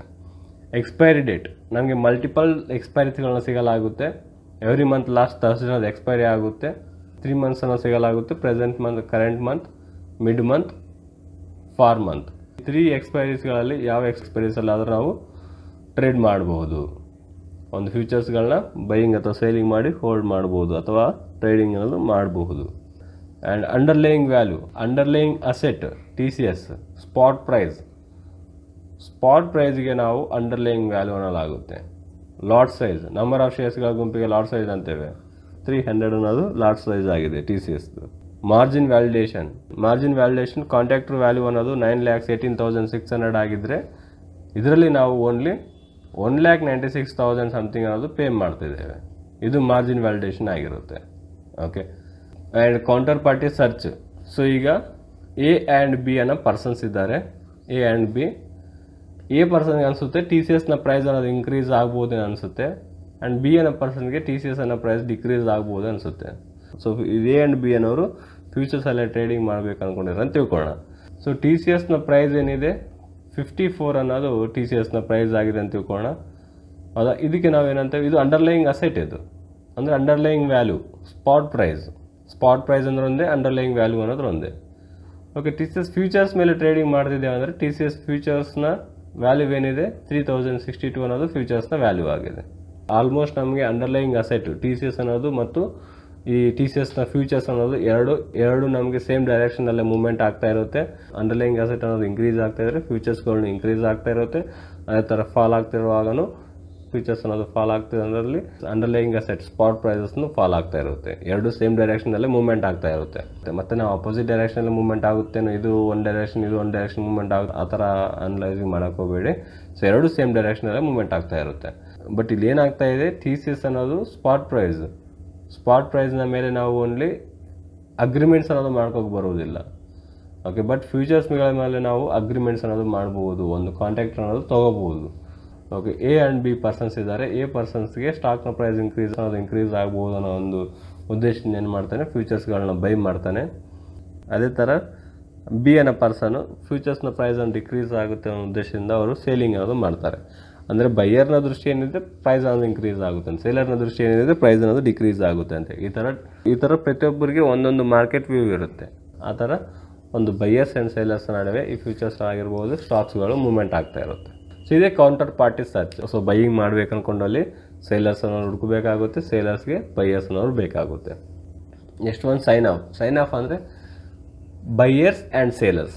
ಫ್ಯೂಚರ್ಸಲ್ಲಿ ಬೈಯಿಂಗ್ ಅನ್ನೋದು ಮಾಡಿದ್ದೇವೆ ಅಂದರೆ ನಾವೊಬ್ಬ ಕಾಂಟ್ರಾಕ್ಟರ್. ಸೊ ಇದು ವ್ಯಾಲಿಡ್ ಎಲ್ಲಿವರೆಗಿದೆ, ಎಕ್ಸ್ಪೈರಿ. ಎವ್ರಿ ಮಂತ್ ಲಾಸ್ಟ್ ಡೇವರೆಗೆ ಎಕ್ಸ್ಪೈರಿ ಇರಲಾಗುತ್ತೆ. ಓಕೆ, ಆ ದಿನದ ಒಳಗಡೆ ನಾವು ಈ ಪೊಸಿಷನ್ಸ್ ಅನ್ನೋದು ಕ್ಲೋಸ್ ಮಾಡ್ಕೋಬೇಕು. ನಾವು ಪ್ರೈಸ್ ಅನ್ನೋದು ಇನ್ಕ್ರೀಸ್ ಆಗ್ತಾ ಇದೆ ಅಂದ್ಕೊಂಡಲ್ಲಿ ನೆಕ್ಸ್ಟ್ ಮೂಮೆಂಟೇ ನಾವು ಕ್ಲೋಸ್ ಮಾಡ್ಕೋಬೋದು. ಅಂದರೆ ಸೇಲ್ ಮಾಡೋದ್ರ ಮುಖಾಂತರ ನಾವು ಕ್ಲೋಸ್ ಮಾಡ್ಕೋಬೋದು, ಪೊಸಿಷನ್ಸ್ ಅನ್ನೋದು ಕ್ಲೋಸ್ ಮಾಡ್ಕೋಬೋದು. ಬೈಯರ್ಸ್ ಆ್ಯಂಡ್ ಸೇಲರ್ಸ್ ನಡುವೆ ಕಾಂಟ್ಯಾಕ್ಟ್ ಅನ್ನೋದು ಆಗ್ತಾ ಇದೆ. ಎ ಪರ್ಸನ್ ಏನು ಹೇಳ್ತಾ ಇದ್ದಾನೆ, ಸ್ಟಾಕ್ನ ಪ್ರೈಸ್ ಇನ್ಕ್ರೀಸ್ ಆಗುತ್ತೆ ಅಂತ ಹೇಳ್ತಾ ಇದ್ದಾನೆ. ಅದೇ ಥರ ಬಿ ಪರ್ಸನ್ ಏನು ಹೇಳ್ತಾ ಇದ್ದಾನೆ, ಸ್ಟಾಕ್ನ ಪ್ರೈಸ್ ಡಿಕ್ರೀಸ್ ಆಗುತ್ತೆ ಅಂತ ಹೇಳ್ತಾ ಇದ್ದಾನೆ. ಸೊ 300 ಶೇರ್ಸ್ನ ನಾವು ಬೈ ಮಾಡ್ತಿದ್ದೇವೆ ಅಂದರೆ ಅಪೋಸಿಟ್ ಪರ್ಸನ್ 300 ಶೇರ್ಸ್ನ ಸೇಲ್ ಮಾಡ್ತಿದ್ದಾನೆ. ಅಂದರೆ ಒಂದು ಲಾಟ್ ಸೈಜ್ನ ಬೈ ಮಾಡ್ತಿದ್ದೆ, ಒಂದು ಲಾಟ್ ಸೈಜ್ನ ಸೇಲ್ ಮಾಡ್ತಿದ್ದಾನೆ. ಸೊ ಯಾರಿಗಾದರೂ ಒಬ್ಬರಿಗೆ ಪ್ರಾಫಿಟ್ ಆಗಬೇಕು, ಒಬ್ಬರಿಗೆ ಲಾಸ್ ಆಗಬೇಕು. ಬೈಯರ್ಸ್ನವ್ರು ವಿನ್ ಆದರೂ ಅವ್ರ ಪ್ರೊಡಕ್ಷನ್ ಪ್ರಕಾರ ಮಾರ್ಕೆಟ್ ಪ್ರೈಸ್ ಮೂವ್ಮೆಂಟ್ ಆಗಿದೆ ಅಂದಲ್ಲಿ ಸೇಲರ್ಸ್ಗೆ ಲಾಸ್ ಆಗಲಾಗುತ್ತೆ. ಓಕೆ, ಅಂದರೆ ಬೈಯರ್ಸ್ ಆ್ಯಂಡ್ ಸೇಲರ್ಸ್ ನಡುವೆ ಒಂದು ಕಾಂಟ್ಯಾಕ್ಟ್, ಒಂದು ಒಪ್ಪಂದವನ್ನು ಆಗ್ತಾ ಇದೆ ಇಲ್ಲಿ. ಸೊ ಈ ಒಪ್ಪಂದವನ್ನು ನಾವು ಯಾವುದೇ ಸಮಯದಲ್ಲಿ ನಾವು ಎಂಡ್ ಮಾಡ್ಕೋಬೋದು, ಮುಗಿಸ್ಬೋದು. ಯಾವುದೊಂದು ಫ್ಯೂಚರ್ಸ್ ಆಗಿರ್ಬೋದು, ಬೈಯಿಂಗ್ ಆ್ಯಕ್ಷನ್ ಸೆಲ್ಲಿಂಗ್ ಆ್ಯಕ್ಷನ್ಸ್ ಮಾಡಿದಾಗ ಯಾವುದೇ ಬಿಸ್ನೆಸ್ನೂ ಆಗಿರ್ಬೋದು. 3 ಸಿನೇರಿಯೋಸ್ ಅನ್ನೋದು ಆಗುತ್ತೆ ನಾರ್ಮಲಿ. 3 ಸಿನೇರಿಯೋಸ್. ಫಸ್ಟ್ ಸಿನೇರಿಯೋ ಏನು, ನಾವು ಬೈ ಮಾಡಿದ ಮೇಲೆ ಪ್ರೈಸ್ ಅನ್ನೋದು ಇನ್ಕ್ರೀಸ್ ಆಗುತ್ತೆ, ನಾವು ಬೈ ಮಾಡಿದ ಮೇಲೆ ಪ್ರೈಸ್ ಅನ್ನೋದು ಡಿಕ್ರೀಸ್ ಆಗುತ್ತೆ, ಅಥವಾ ನಾವು ಬೈ ಮಾಡಿದ ಮೇಲೆ ಪ್ರೈಸ್ ಅನ್ನೋದು ಸೇಮ್ ಆ್ಯಸ್ ಇಟ್ ಈಸ್ ಆಗಿದೆ ಅಂತ ತಿಳ್ಕೊಳ್ಳೋಣ. ಅಂದರೆ ಪ್ರೈಸ್ ಅನ್ನೋದು ಇನ್ಕ್ರೀಸ್ ಆಗ್ಬೋದು, ಅಪ್ ಆಗ್ಬೋದು, ಪ್ರೈಸ್ ಅನ್ನೋದು ಡೌನ್ ಆಗ್ಬೋದು, ಸೇಮ್ ಪ್ರೈಸ್ಗೆ ಇರ್ಬೋದು. ಈ 3 ಸಿನೇರಿಯೋಸ್ ಅನ್ನೋದು ನಾರ್ಮಲಿ ಪ್ರತಿಯೊಂದು ಬಿಸ್ನೆಸ್ಸಲ್ಲಿ ಆಗುವುದು. ನಾವೀಗ ಫ್ಯೂಚರ್ಸಲ್ಲಿ ಟ್ರೇಡಿಂಗ್ ಮಾಡ್ತೀವಿ ಅಂದ್ರೂ 3 ಸಿನೇರಿಯೋಸ್ ಇರುತ್ತೆ. ಫಸ್ಟ್ ಸಿನೇರಿಯೋ ಪ್ರಕಾರ ಈ ಎಕ್ಸಾಂಪಲಲ್ಲಿ ಟಿ ಸಿ ಎಸ್ ಅನ್ನು ನಾವು ಸೆಲೆಕ್ಟ್ ಮಾಡ್ಕೊತಿದ್ದೇವೆ. ಟಿ ಸಿ ಎಸ್ ಅಂದರೆ ಇದು ಅಂಡರ್ಲೇಯಿಂಗ್ ಅಸೆಟ್, ಹೌದಾ? ಸೊ ಟಿ ಸಿ ಎಸ್ನ ಪ್ರೈಸ್ ಇರುತ್ತಲ್ಲ, ಇದು ಅಂಡರ್ಲೇಯಿಂಗ್ ವ್ಯಾಲ್ಯೂ, ಇದಕ್ಕೆ ನಾವು ಸ್ಪಾಟ್ ಪ್ರೈಸ್ ಅಂತೇವೆ. ಈ ಅಂಡರ್ಲೇಯಿಂಗ್ ಅಸೆಟ್ನ ಸೆಲೆಕ್ಟ್ ಮಾಡ್ಕೊಂಡು ನಾವು ಟಿ ಸಿ ಎಸ್ನ ಫ್ಯೂಚರ್ಸ್ ಮೇಲೆ ಟ್ರೇಡಿಂಗ್ ಮಾಡ್ತೇವೆ. ಈ ಫ್ಯೂಚರ್ಸ್ ಅನ್ನೋದು ಬೈಯರ್ಸ್ ಆ್ಯಂಡ್ ಸೇಲರ್ಸ್ ನಡುವೆ ಕಾಂಟ್ಯಾಕ್ಟ್ ಇರಲಾಗುತ್ತೆ. ಪರ್ಟಿಕ್ಯುಲರ್ ಆಗಿ ಇಷ್ಟು ಶೇರ್ಸ್ಗಳನ್ನು ನಾವು ಬೈ ಮಾಡಲೇಬೇಕು, ಈ ಲಾಟ್ಸನ್ನು ನಾವು ಬೈ ಮಾಡಲೇಬೇಕು. ಓಕೆ, ನಾರ್ಮಲಿ ಅಂಡರ್ಲೈಯಿಂಗ್ ಅಸೆಟಲ್ಲಿ ಏನು ಮಾಡ್ತಿದ್ವಿ, 1 share, 5 share, 10 shares, 100 shares, 1000 shares, 2000 shares ಈ ಥರ ಬೈ ಮಾಡ್ತಿದ್ದೇವೆ. ಬಟ್ ಫ್ಯೂಚರ್ಸಲ್ಲಿ ಏನಾಗುತ್ತೆ, ನಂಬರ್ ಆಫ್ ಶೇರ್ಸ್ಗಳು, ಪರ್ಟಿಕ್ಯುಲರ್ ಆಗಿ ಶೇರ್ಸ್ಗಳನ್ನ ಬೈ ಮಾಡಲೇಬೇಕಾಗುತ್ತೆ. ಸೊ ಈಗ suppose A and B person ಇದ್ದಾರೆ. ಎ ಪರ್ಸನ್ ಪ್ರಕಾರ ಸ್ಟಾಕ್ನ ಪ್ರೈಸ್ ಇನ್ಕ್ರೀಸ್ ಆಗುತ್ತೆ ಅಂತ ತಿಳ್ಕೊಳ್ಳೋಣ, ಬಿ ಪರ್ಸನ್ ಪ್ರಕಾರ ಸ್ಟಾಕ್ನ ಪ್ರೈಸ್ ಡಿಕ್ರೀಸ್ ಆಗುತ್ತೆ ಅಂತ ತಿಳ್ಕೊಳ್ಳೋಣ. ಓಕೆ, ಅಂದರೆ ಎ ಪರ್ಸನ್ ಪ್ರಕಾರ ಸ್ಟಾಕ್ ಪ್ರೈಸ್ ಇನ್ಕ್ರೀಸ್ ಆಗ್ತಿದೆ ಅಂದರೆ ಇವ್ರು ಏನು ಮಾಡ್ತಾರೆ, ಬೈ ಮಾಡ್ತಾರೆ. ಬೈಯರ್ಸ್ ಯಾವಾಗ ಲೋ ಪ್ರೈಸಲ್ಲಿ ಬೈ ಮಾಡಿ ಹೈ ಪ್ರೈಸಲ್ಲಿ ಸೇಲ್ ಮಾಡಿದ್ರೆ ಪ್ರಾಫಿಟ್ ಆಗುತ್ತೆ. ಆ್ಯಂಡ್ ಇಲ್ಲಿ ಬಿ ಪರ್ಸನ್ ಇದ್ದಾನೆ, ಬಿ ಪರ್ಸನ್ಗೆ ಸ್ಟಾಕ್ ಪ್ರೈಸ್ ಡಿಕ್ರೀಸ್ ಆಗುತ್ತೆ ಅನ್ನೋದಲ್ಲಿ ಅವರು ಸೇಲಿಂಗ್ ಅನ್ನೋದು ಮಾಡ್ತಾರೆ. ಸೇಲಿಂಗ್ ಅನ್ನೋದು ಯಾವಾಗ ಮಾಡ್ತಾರೆ, ಹೈ ಪ್ರೈಸಲ್ಲಿ ಸೇಲಿಂಗ್ ಮಾಡೋದು, ಪ್ರೈಸ್ ಅನ್ನೋದು ಯಾವಾಗ ಲೋ ಆಗುತ್ತೋ ರಿಟರ್ನ್ ಬೈಯಿಂಗ್ ಮಾಡೋದ್ರ ಮುಖಾಂತರ ಪೊಸಿಷನ್ಸ್ ಅನ್ನೋದು ಕ್ಲೋಸ್ ಮಾಡ್ಕೋತಾರೆ. ಅವಾಗ ಸೇಲರ್ಸ್ಗೆ ಪ್ರಾಫಿಟ್ ಆಗ್ಬೋದು. ಸೊ ಈಗ ಸಪೋಸ್ ಫ್ಯೂಚರ್ಸ್ನ ಪ್ರೈಸ್ ಏನಿದೆ 3062 ಅನ್ನೋದು ಫ್ಯೂಚರ್ನ ಪ್ರೈಸ್ ಆಗಿದೆ. ಎ ಪರ್ಸನ್ ಬೈಯರ್ ಅನ್ಕೋತಾನೆ, ಸ್ಟಾಕ್ ಪ್ರೈಸ್ ಅನ್ನೋದು ಇನ್ಕ್ರೀಸ್ ಆಗುತ್ತೆ 3062 ಇಂದ ಒಂದು 3080ವರೆಗೆ ಸ್ಟಾಕ್ನ ಪ್ರೈಸ್ ಇನ್ಕ್ರೀಸ್ ಆಗ್ಬೋದು ಅನ್ಕೋತಾನೆ. ಅಂದರೆ 18 ಪಾಯಿಂಟ್ಸ್ ಅಷ್ಟು ಇನ್ಕ್ರೀಸ್ ಆಗ್ಬೋದು ಅನ್ಕೋತಾನೆ. ಅದೇ ಥರ ಸೇಲರ್ ಅನ್ಕೋತಾನೆ 3062 ಇಂದ ಸ್ಟಾಕ್ನ ಪ್ರೈಸನ್ನು ಡಿಕ್ರೀಸ್ ಆಗ್ಬೋದು, ಡಿಕ್ರೀಸ್ ಆಗಿ 3050ವರೆಗೆ ಆಗಿರ್ಬೋದು, 3040ವರೆಗೆ ಪ್ರೈಸ್ ಡಿಕ್ರೀಸ್ ಆಗುತ್ತೆ ಅಂತ ತಿಳ್ಕೊತಾನೆ. ಓಕೆ, ಇವ್ರು ಬೈ ಮಾಡಬೇಕು, ಟ್ರೇಡಿಂಗ್ ಮಾಡಬೇಕು ಅಂದ್ಕೊಂಡಲ್ಲಿ ಪ್ರೆಸೆಂಟ್ ಮಂತ್ ಫ್ಯೂಚರ್ಸ್ ಅನ್ನೋದು ಸೆಲೆಕ್ಟ್ ಮಾಡ್ಕೋತಾರೆ. ಪ್ರೆಸೆಂಟ್ ಮಂತ್ ಫ್ಯೂಚರ್ಸ್ ಅನ್ನೋದು 3062 ಅಲ್ಲಿ ಟ್ರೇಡಿಂಗ್ ಆಗ್ತಾ ಇದೆ. ಸೊ ಬೈ ಮಾಡ್ಬೇಕು ಅಂದ್ಕೊಂಡಲ್ಲಿ ಲಾಟ್ ಸೈಜ್ ಎಷ್ಟಿದೆ, 300 ಶೇರ್ಸ್ಗಳನ್ನ ಬೈ ಮಾಡಲೇಬೇಕು. ಇವರು 300 ಶೇರ್ಸ್ಗಳನ್ನ ಸೇಲ್ ಮಾಡಬೇಕಾಗುತ್ತೆ. ಸೊ ಮಾರ್ಜಿನ್ ಅಮೌಂಟ್, ಒಂದು ಡಿಪಾಸಿಟ್ ಅಮೌಂಟ್ ಪೇ ಮಾಡೋದ್ರ ಮುಖಾಂತರ ಬೈಯರ್ಸ್ ಆ್ಯಂಡ್ ಸೆಲ್ಲರ್ಸ್ ಅನ್ನೋರು ಫ್ಯೂಚರ್ಸ್ನ ಬೈಯಿಂಗ್ ಆ್ಯಂಡ್ ಸೆಲ್ಲಿಂಗ್ ಅನ್ನೋದು ಮಾಡ್ತಾರೆ ಅಂತ ತಿಳ್ಕೊಳ್ಳೋಣ. ಸೊ ಫ್ಯೂಚರ್ಸ್ನ ಪ್ರೈಸ್ ಅನ್ನೋದು, ಸೊ ಟಿ ಸಿ ಎಸ್ ಅನ್ನೋದು ಇನ್ಕ್ರೀಸ್ ಆಗುತ್ತೆ 3062 ಇಂದ ಬೈಯರ್ ಅಂದ್ಕೊಂಡಿರೋ ಪ್ರಕಾರನೇ 3080ವರೆಗೆ ಇನ್ಕ್ರೀಸ್ ಆಗಿದೆ ಅಂತ ತಿಳ್ಕೊಳ್ಳೋಣ. ಸೊ ಯಾರಿಗೆ ಪ್ರಾಫಿಟ್, ಯಾರಿಗೆ ಲಾಸ್, ಬೈಯರ್ಗೆ ಪ್ರಾಫಿಟ್ ಆಗುತ್ತೆ. ಎಷ್ಟು ಪಾಯಿಂಟ್ಸ್ ಪ್ರಾಫಿಟ್ ಆಗುತ್ತೆ, 18 ಪಾಯಿಂಟ್ಸ್ ಅಷ್ಟು ಪ್ರಾಫಿಟ್ ಆಗುತ್ತೆ. 18 ಪಾಯಿಂಟ್ಸ್ ಪ್ರಾಫಿಟ್ ಆದರೆ ಎಷ್ಟು ಪ್ರಾಫಿಟ್, 18 ಇಂಟು 300, ಲಾಟ್ಸ್ ಎಷ್ಟಿದೆ 300, ಹೌದಾ. 5400 ರುಪೀಸ್ ಅನ್ನೋದು ಬೈಯರ್ಗೆ ಪ್ರಾಫಿಟ್ ಆಗುತ್ತೆ. ಇವರು ಪ್ರೈಸ್ ಇನ್ಕ್ರೀಸ್ ಆಗುತ್ತೆ ಅಂತೇಳಿ ಬೈ ಮಾಡಿದ್ದಾರೆ. ಅದೇ ಥರ ಪ್ರೈಸ್ ಇನ್ಕ್ರೀಸ್ ಆಗಿದ್ದಲ್ಲಿ 5400 ಅನ್ನೋದು ಫ್ಯೂಚರ್ ಬೈಯರ್ಸ್ಗೆ ಪ್ರಾಫಿಟ್ ಆಗುತ್ತೆ. ಇವರಿಗೆ ಪ್ರಾಫಿಟ್ ಆಗಿದೆ ಅಂದರೆ ಒಬ್ಬರಿಗೆ ಲಾಸ್ ಆಗಬೇಕು. ಯಾರಿಗೆ ಲಾಸ್ ಆಗುತ್ತೆ? ಅದು ಸೇಲರ್ಸ್ಗೆ ಲಾಸ್ ಆಗಲಾಗುತ್ತೆ. 5400 ಅನ್ನು ಲಾಸ್ ಆಗಲಾಗುತ್ತೆ. ಯಾಕಂದರೆ ಇವರು 3062 ಅಲ್ಲಿ ಸೇಲಿಂಗ್ ಮಾಡಿದ್ದಾರೆ. ಫ್ಯೂಚರ್ಸ್ ಅನ್ನು ಡಿಕ್ರೀಸ್ ಆಗುತ್ತೆ ಅಂತ ಸೇಲ್ ಮಾಡಿದ್ದಾರೆ. ಅದೇ ಥರ ಅವ್ರು ಅನ್ಕೊಂಡಿದ್ದ ಪ್ರಕಾರ ಡಿಕ್ರೀಸ್ ಆಗಿದೆ ಅಂದರೆ ಅವ್ರ ಪ್ರಾಫಿಟ್ಸ್ ಅನ್ನು ಪಡೆಯಲಾಗುತ್ತೆ. ಅವ್ರು ಅನ್ಕೊಂಡಿದ್ದ ಪ್ರಕಾರ ಡಿಕ್ರೀಸ್ ಆಗಿಲ್ಲ, ಇನ್ಕ್ರೀಸ್ ಆಗಿದೆ. ಇನ್ಕ್ರೀಸ್ ಆಗಿದ್ದಲ್ಲಿ ಅವರಿಗೆ ಲಾಸ್ ಆಗಲಾಗುತ್ತೆ. ಎಷ್ಟು ಲಾಸ್ ಆಗುತ್ತೆ? 5400 ಅನ್ನು ಲಾಸ್ ಆಗಲಾಗುತ್ತೆ. ಆ್ಯಂಡ್ ಸೆಕೆಂಡ್ ಸಿನೇರಿಯೋ ಪ್ರಕಾರ ಸ್ಟಾಕ್ನ ಪ್ರೈಸ್ ಡಿಕ್ರೀಸ್ ಆಗಿದೆ ಅಂತ ತಿಳ್ಕೊಳ್ಳೋಣ. ಡಿಕ್ರೀಸ್ ಆಗಿದೆ, ಡೌನ್ ಆಗಿದೆ. ಫ್ರಮ್ 3062 ಇಂದ ಸ್ಟಾಕ್ನ ಪ್ರೈಸ್ ಡಿಕ್ರೀಸ್ ಆಗಿದೆ. 3050ವರೆಗೆ ಡಿಕ್ರೀಸ್ ಆಗಿದೆ. 12 ಪಾಯಿಂಟ್ಸ್ ಅಷ್ಟು ಡಿಕ್ರೀಸ್ ಆಗಿದೆ ಅಂತ ತಿಳ್ಕೊಳ್ಳೋಣ. Buyer and seller. ಬೈಯರ್ ಅನ್ನೋರು ಏನು ಮಾಡಿರ್ತಾರೆ? ಪ್ರೈಸ್ ಇನ್ಕ್ರೀಸ್ ಆಗುತ್ತೆ ಅಂತ ಬೈ ಮಾಡ್ತಾರೆ. ಸೇಲರ್ಸ್ ಅನ್ನೋರು ಪ್ರೈಸ್ ಡಿಕ್ರೀಸ್ ಆಗುತ್ತೆ ಅಂತ ಸೇಲ್ ಮಾಡ್ತಾರೆ. ಸೊ 12 ಪಾಯಿಂಟ್ಸ್ ಡಿಕ್ರೀಸ್ ಆಗಿದೆ ಅಂದರೆ ಯಾರಿಗೆ ಲಾಸ್? ಇದು ಬೈಯರ್ಗೆ ಲಾಸ್. ಬೈಯರ್ ದೃಷ್ಟಿ ಏನಿದೆ? ಓನ್ಲಿ ಇನ್ಕ್ರೀಸ್ ಆದರೆ ಪ್ರಾಫಿಟ್. ಬೈಯರ್ಸ್ಗೆ ಓನ್ಲಿ ಪ್ರೈಸ್ ಅನ್ನೋದು ಇನ್ಕ್ರೀಸ್ ಆದರೆ ಮಾತ್ರ ಪ್ರಾಫಿಟ್. ಈಗ ಡಿಕ್ರೀಸ್ ಆಗಿದೆ, ಡೌನ್ ಆಗಿದೆ 12 ಪಾಯಿಂಟ್ಸ್. ಅಂದರೆ 12 ಪಾಯಿಂಟ್ಸ್ ಡೌನ್ ಆದಾಗ 12 × 300 ಅಂದರೆ 3600 ಅನ್ನೋದು ಬೈಯರ್ಗೆ ಲಾಸ್ ಆಗಲಾಗುತ್ತೆ. ಮತ್ತು ಬೈಯರ್ಗೆ ಲಾಸ್ ಆದರೆ ಇದು ಯಾರಿಗೆ ಪ್ರಾಫಿಟ್? ಸೆಲ್ಲರ್ಗೆ ಪ್ರಾಫಿಟ್ ಆಗಲಾಗುತ್ತೆ. ಸೆಲ್ಲರ್ಸ್ನ ದೃಷ್ಟಿಯನ್ನು ಫ್ಯೂಚರ್ಸ್ ಅನ್ನೋದು ಡಿಕ್ರೀಸ್ ಆಗುತ್ತೆ ಅನ್ನೋ ದೃಷ್ಟಿಯಿಂದನೇ ಅವರು ಸೆಲ್ಲಿಂಗ್ ಮಾಡಿರ್ತಾರೆ. ಸೊ ಈಗ 12 ಪಾಯಿಂಟ್ಸ್ ಡಿಕ್ರೀಸ್ ಆಗಿದೆ, ಡೌನ್ ಆಗಿದೆ ಅಂದರೆ 3600 ಅನ್ನೋದು ಸೇಲರ್ಸ್ಗೆ ಪ್ರಾಫಿಟ್ ಆಗಲಾಗುತ್ತೆ. ಓಕೆ, ಅಂದರೆ ಬೈಯರ್ಸ್ ಆ್ಯಂಡ್ ಸೇಲರ್ಸ್ ಇವರಿಬ್ಬರು ಕಾಂಟ್ಯಾಕ್ಟ್ರು. ಬೈಯರ್ಸ್ನ ಪ್ರಕಾರ ಸ್ಟಾಕ್ನ ಪ್ರೈಸ್ ಇನ್ಕ್ರೀಸ್ ಆಗಿದೆ, ಅವ್ರ ಪೋರ್ಷನ್ಸ್ ಕ್ಲೋಸ್ ಮಾಡ್ಕೋಬೇಕು ಅಂದ್ಕೊಂಡಲ್ಲಿ ಅವ್ರು ಪ್ರಾಫಿಟ್ ಬುಕ್ಕಿಂಗ್ ಮಾಡ್ಕೊಂಡ್ರೆ ಸೇಲರ್ಸ್ಗೆ ಲಾಸ್ ಆಗಲಾಗುತ್ತೆ. ಅಂದರೆ ಬೈಯರ್ಸ್ ಆ್ಯಂಡ್ ಸೇಲರ್ಸ್ ಇವರಿಬ್ಬರು ಕಾಂಟ್ಯಾಕ್ಟ್ರು. ಒಬ್ಬರಿಗೆ ಪ್ರಾಫಿಟ್ ಆದರೆ ಒಬ್ರಿಗೆ ಲಾಸ್ ಆಗುತ್ತೆ. ಆ್ಯಂಡ್ ಸೇಮ್ ಅದೇ ಥರ ಥರ್ಡ್ ಸಿನೇರಿಯೋ ಪ್ರಕಾರ ಸ್ಟಾಕ್ ಪ್ರೈಸ್ ಅನ್ನೋದು ಚೇಂಜ್ ಆಗಿಲ್ಲ, ಸೇಮ್ ಪ್ರೈಸಲ್ಲಿದೆ ಅಂತ ತಿಳ್ಕೊಳ್ಳೋಣ. 3062 ಅಲ್ಲೇ ಇದೆ. ಫ್ಯೂಚರ್ಸ್ ಅನ್ನೋದು ಸೈಡ್ ಬೇಸ್ ಮೂವ್ಮೆಂಟ್ ಆಗಿ ಅದೇ ಒಂದು ಪ್ರೈಸಲ್ಲಿ ಮೂವ್ಮೆಂಟ್ ಆಗ್ತಿದೆ ಅಂತ ತಿಳ್ಕೊಳ್ಳೋಣ. 3062 ಅಲ್ಲೇ ಕ್ಲೋಸಿಂಗ್ ಆಗಿದೆ ಅಂತ ತಿಳ್ಕೊಳ್ಳೋಣ. ಎಕ್ಸ್ಪೈರಿ ಡೇನು ಲಾಸ್ಟಿಗೆ ಎಂಡಿಗೆ ಎಕ್ಸ್ಪೈರ್ ಆಗುವಾಗಲೂ 3062 ಅಲ್ಲೇ ಕ್ಲೋಸಿಂಗ್ ಆಗಿದೆ ಅಂತ ತಿಳ್ಕೊಳ್ಳೋಣ. ಯಾವುದೇ ಚೇಂಜಸ್ ಆಗಿಲ್ಲ. ಬೈಯರ್ನ ದೃಷ್ಟಿಯಿಂದ ಪ್ರೈಸ್ ಇನ್ಕ್ರೀಸ್ ಆಗಬೇಕು, ಬಟ್ ಇನ್ಕ್ರೀಸ್ ಆಗಿಲ್ಲ. ಸೇಲರ್ನ ದೃಷ್ಟಿಯಿಂದ ಪ್ರೈಸ್ ಡಿಕ್ರೀಸ್ ಆಗಬೇಕು, ಬಟ್ ಡಿಕ್ರೀಸ್ ಆಗಿಲ್ಲ. ಸೇಮ್ ಅದೇ ಒಂದು ಅವರು ಬೈಯಿಂಗ್ ಆ್ಯಂಡ್ ಸೇಲಿಂಗ್ ಆ್ಯಕ್ಷನ್ ಮಾಡಿರೋ ಪ್ರೈಸಲ್ಲೇ ಇದೆ ಅಂತ ತಿಳ್ಕೊಳ್ಳೋಣ. ಹಾಗಾದರೆ ಯಾರಿಗೆ ಪ್ರಾಫಿಟ್ ಆಗುತ್ತೆ, ಯಾರಿಗೆ ಲಾಸ್ ಆಗುತ್ತೆ? ಸೊ ಯಾರಿಗೆ ಯಾವುದೇ ಥರದ್ದು ಪ್ರಾಫಿಟ್ ಆ್ಯಂಡ್ ಲಾಸಸ್ ಅನ್ನೋದು ಆಗುವುದಿಲ್ಲ. ಬೈಯರ್ಸ್ಗೆ ಆ್ಯಂಡ್ ಸೇಲರ್ಸ್ಗೆ ಯಾವುದೇ ಪ್ರಾಫಿಟ್ ಆ್ಯಂಡ್ ಲಾಸಸ್ ಅನ್ನೋದು ಆಗುವುದಿಲ್ಲ. ಬಟ್ ಓನ್ಲಿ ಬ್ರೋಕರೇಜ್ ಅನ್ನೋದು ಪೇ ಮಾಡಬೇಕಾಗುತ್ತೆ. ಅದೊಂದು ಸ್ಮಾಲ್ ಲಾಸ್ ಆಗಿರುತ್ತೆ. ಓಕೆ, ಫ್ಯೂಚರ್ ಟ್ರೇಡಿಂಗ್ನ ಬೇಸಿಕ್ ಕ್ಲಾಸಲ್ಲಿ ಇಂಪಾರ್ಟೆಂಟಾಗಿ ತಿಳ್ಕೊಬೇಕಾಗಿರೋ ಅಂಶ ಅಂದರೆ ನಾವು ಸೆಲೆಕ್ಟ್ ಮಾಡ್ಕೊಂಡಿರುವ ಸ್ಟಾಕ್, ಅದಕ್ಕೆ ನಾವು ಅಂಡರ್ಲೇಯಿಂಗ್ ಅಸೆಟ್ ಅಂತೇವೆ. ಈ ಸ್ಟಾಕ್ನ ಪ್ರೈಸ್ ಅನ್ನೋದು ಇನ್ಕ್ರೀಸ್ ಆಗುತ್ತೆ ಅನ್ನೋ ದೃಷ್ಟಿಯಿಂದ ನಾವು ಫ್ಯೂಚರ್ಸ್ಗಳನ್ನ ಬೈ ಮಾಡುತ್ತೇವೆ. ಈ ಸ್ಟಾಕ್ ಪ್ರೈಸ್ ಅಂಡರ್ಲೇಯಿಂಗ್ ಅಸೆಟ್ಗೆ ನಾವು ಸ್ಪಾಟ್ ಪ್ರೈಸ್ ಅಂತೇವೆ ಅಥವಾ ಅಂಡರ್ಲೇಯಿಂಗ್ ವ್ಯಾಲ್ಯೂ ಅಂತೇವೆ. ಓಕೆ, ಫ್ಯೂಚರ್ಸ್ ಪ್ರೈಸ್ ಬೇರೆ ಇರುತ್ತೆ, ಸ್ಪಾಟ್ ಪ್ರೈಸ್ ಬೇರೆ ಇರುತ್ತೆ. ಇದು ಚೆನ್ನಾಗಿ ನೆನ್ಪಿಟ್ಕೊಳ್ಳಿ. ಸ್ಪಾಟ್ ಪ್ರೈಸಲ್ಲಿ ಈ ಸ್ಟಾಕ್ಸ್ಗಳಿರುತ್ತಲ್ಲ, ಅಂಡರ್ಲೈಯಿಂಗ್ ಅಸೆಟಲ್ಲಿ ಯಾವುದೇ ಥರದ್ದೊಂದು ಕಾಂಟ್ಯಾಕ್ಟರ್ ಅನ್ನೋದು ಇರೋದಿಲ್ಲ, ಒಂದು ಡೀಲಿಂಗ್ ಅನ್ನೋದು ಇರೋದಿಲ್ಲ. ಬಟ್ ಫ್ಯೂಚರ್ಸ್ಗಳಲ್ಲಿ ಒಂದು ಕಾಂಟ್ಯಾಕ್ಟರ್ ಇರುತ್ತೆ. ಬೈಯರ್ಸ್ ಆ್ಯಂಡ್ ಸೆಲ್ಲರ್ಸ್ ನಡುವೆ ಕಾಂಟ್ಯಾಕ್ಟರ್ ಅನ್ನೋದು ಇರಲಾಗುತ್ತೆ. ಪರ್ಟಿಕ್ಯುಲರ್ ಆಗಿ ಇಷ್ಟೇ ಶೇರ್ಸ್ಗಳನ್ನ ಬೈ ಮಾಡಬೇಕು. ಇನ್ ಕೇಸ್ ನೀವು ಹೋಲ್ಡ್ ಮಾಡ್ಕೋತೀರ ಅಂದ್ಕೊಂಡಲ್ಲಿ ಎಕ್ಸ್ಪೈರಿವರೆಗೆ ಹೋಲ್ಡ್ ಮಾಡ್ಕೋಬೋದು. ಆ್ಯಂಡ್ ಮಾರ್ಜಿನ್ಸ್ಗಳನ್ನು ಕೊಡ್ತಾರೆ. ಬಟ್ ನಮಗೆ ಈ ಅಂಡರ್ಲೈಯಿಂಗ್ ಅಸೆಟಲ್ಲಿ ಸ್ಟಾಕ್ಸ್ಗಳ ಮೇಲೆ ಯಾವುದೇ ಥರದ ಮಾರ್ಜಿನ್ಸ್ ಅನ್ನೋದು ಕೊಡುವುದಿಲ್ಲ. ಫುಲ್ ಕ್ಯಾಶ್ ಇಟ್ಟ ಬೈ ಮಾಡ್ಕೋಬೇಕಾಗುತ್ತೆ. ನಾರ್ಮಲಿ ಈ ವಿಷಯಗಳನ್ನ ನೀವು ಚೆನ್ನಾಗಿ ನೆನ್ಪಿಟ್ಕೊಳ್ಳಿ. ಸೊ ಓಕೆ ಫ್ರೆಂಡ್ಸ್, ಇದು ಫ್ಯೂಚರ್ಸ್ನ ಬೇಸಿಕ್ಸು. ನೀವು ಒಂದು ಸಾರಿ ಟ್ರೇಡಿಂಗ್ ಟರ್ಮಿನಲಲ್ಲಿ ಮತ್ತು NSE ವೆಬ್ಸೈಟಲ್ಲಿ ಪ್ರಾಕ್ಟೀಸ್ ಮಾಡಿ, ಓಪನ್ ಮಾಡಿ. ಯಾವುದೇ ಸ್ಟಾಕ್ ಆಗಿರ್ಬೋದು ಓಪನ್ ಮಾಡಿ. ಡೆರಿವೇಟಿವ್ಸ್ಗೆ ಸಂಬಂಧಪಟ್ಟ ಸ್ಟಾಕ್ಸ್ಗಳು ಕಡಿಮೆ ಇರುತ್ತೆ. ಯಾವ ಸ್ಟಾಕ್ಸ್ಗೆ ಡೆರಿವೇಟಿವ್ಸ್ ಇದೆ ಇಲ್ಲ ಅಂತ ಫಸ್ಟ್ ನೋಡ್ಕೊಳ್ಳಿ. ಒಂದೊಂದು ಸ್ಟಾಕ್ಸ್ಗೆ ಡೆರಿವೇಟಿವ್ಸ್ ಇರುತ್ತೆ, ಒಂದೊಂದು ಸ್ಟಾಕ್ಸ್ಗೆ ಡೆರಿವೇಟಿವ್ಸ್ ಇರೋದಿಲ್ಲ. ಯಾಕೆ ಡೆರಿವೇಟಿವ್ಸ್ ಇರುತ್ತೆ, ಯಾಕೆ ಡೆರಿವೇಟಿವ್ಸ್ ಇರೋದಿಲ್ಲ ಅಂತೇಳಿ ನಾವು ಅಪ್ಕಮಿಂಗ್ ಕ್ಲಾಸ್ ಅಂತ ತಿಳ್ಕೊಳ್ಳೋಣ.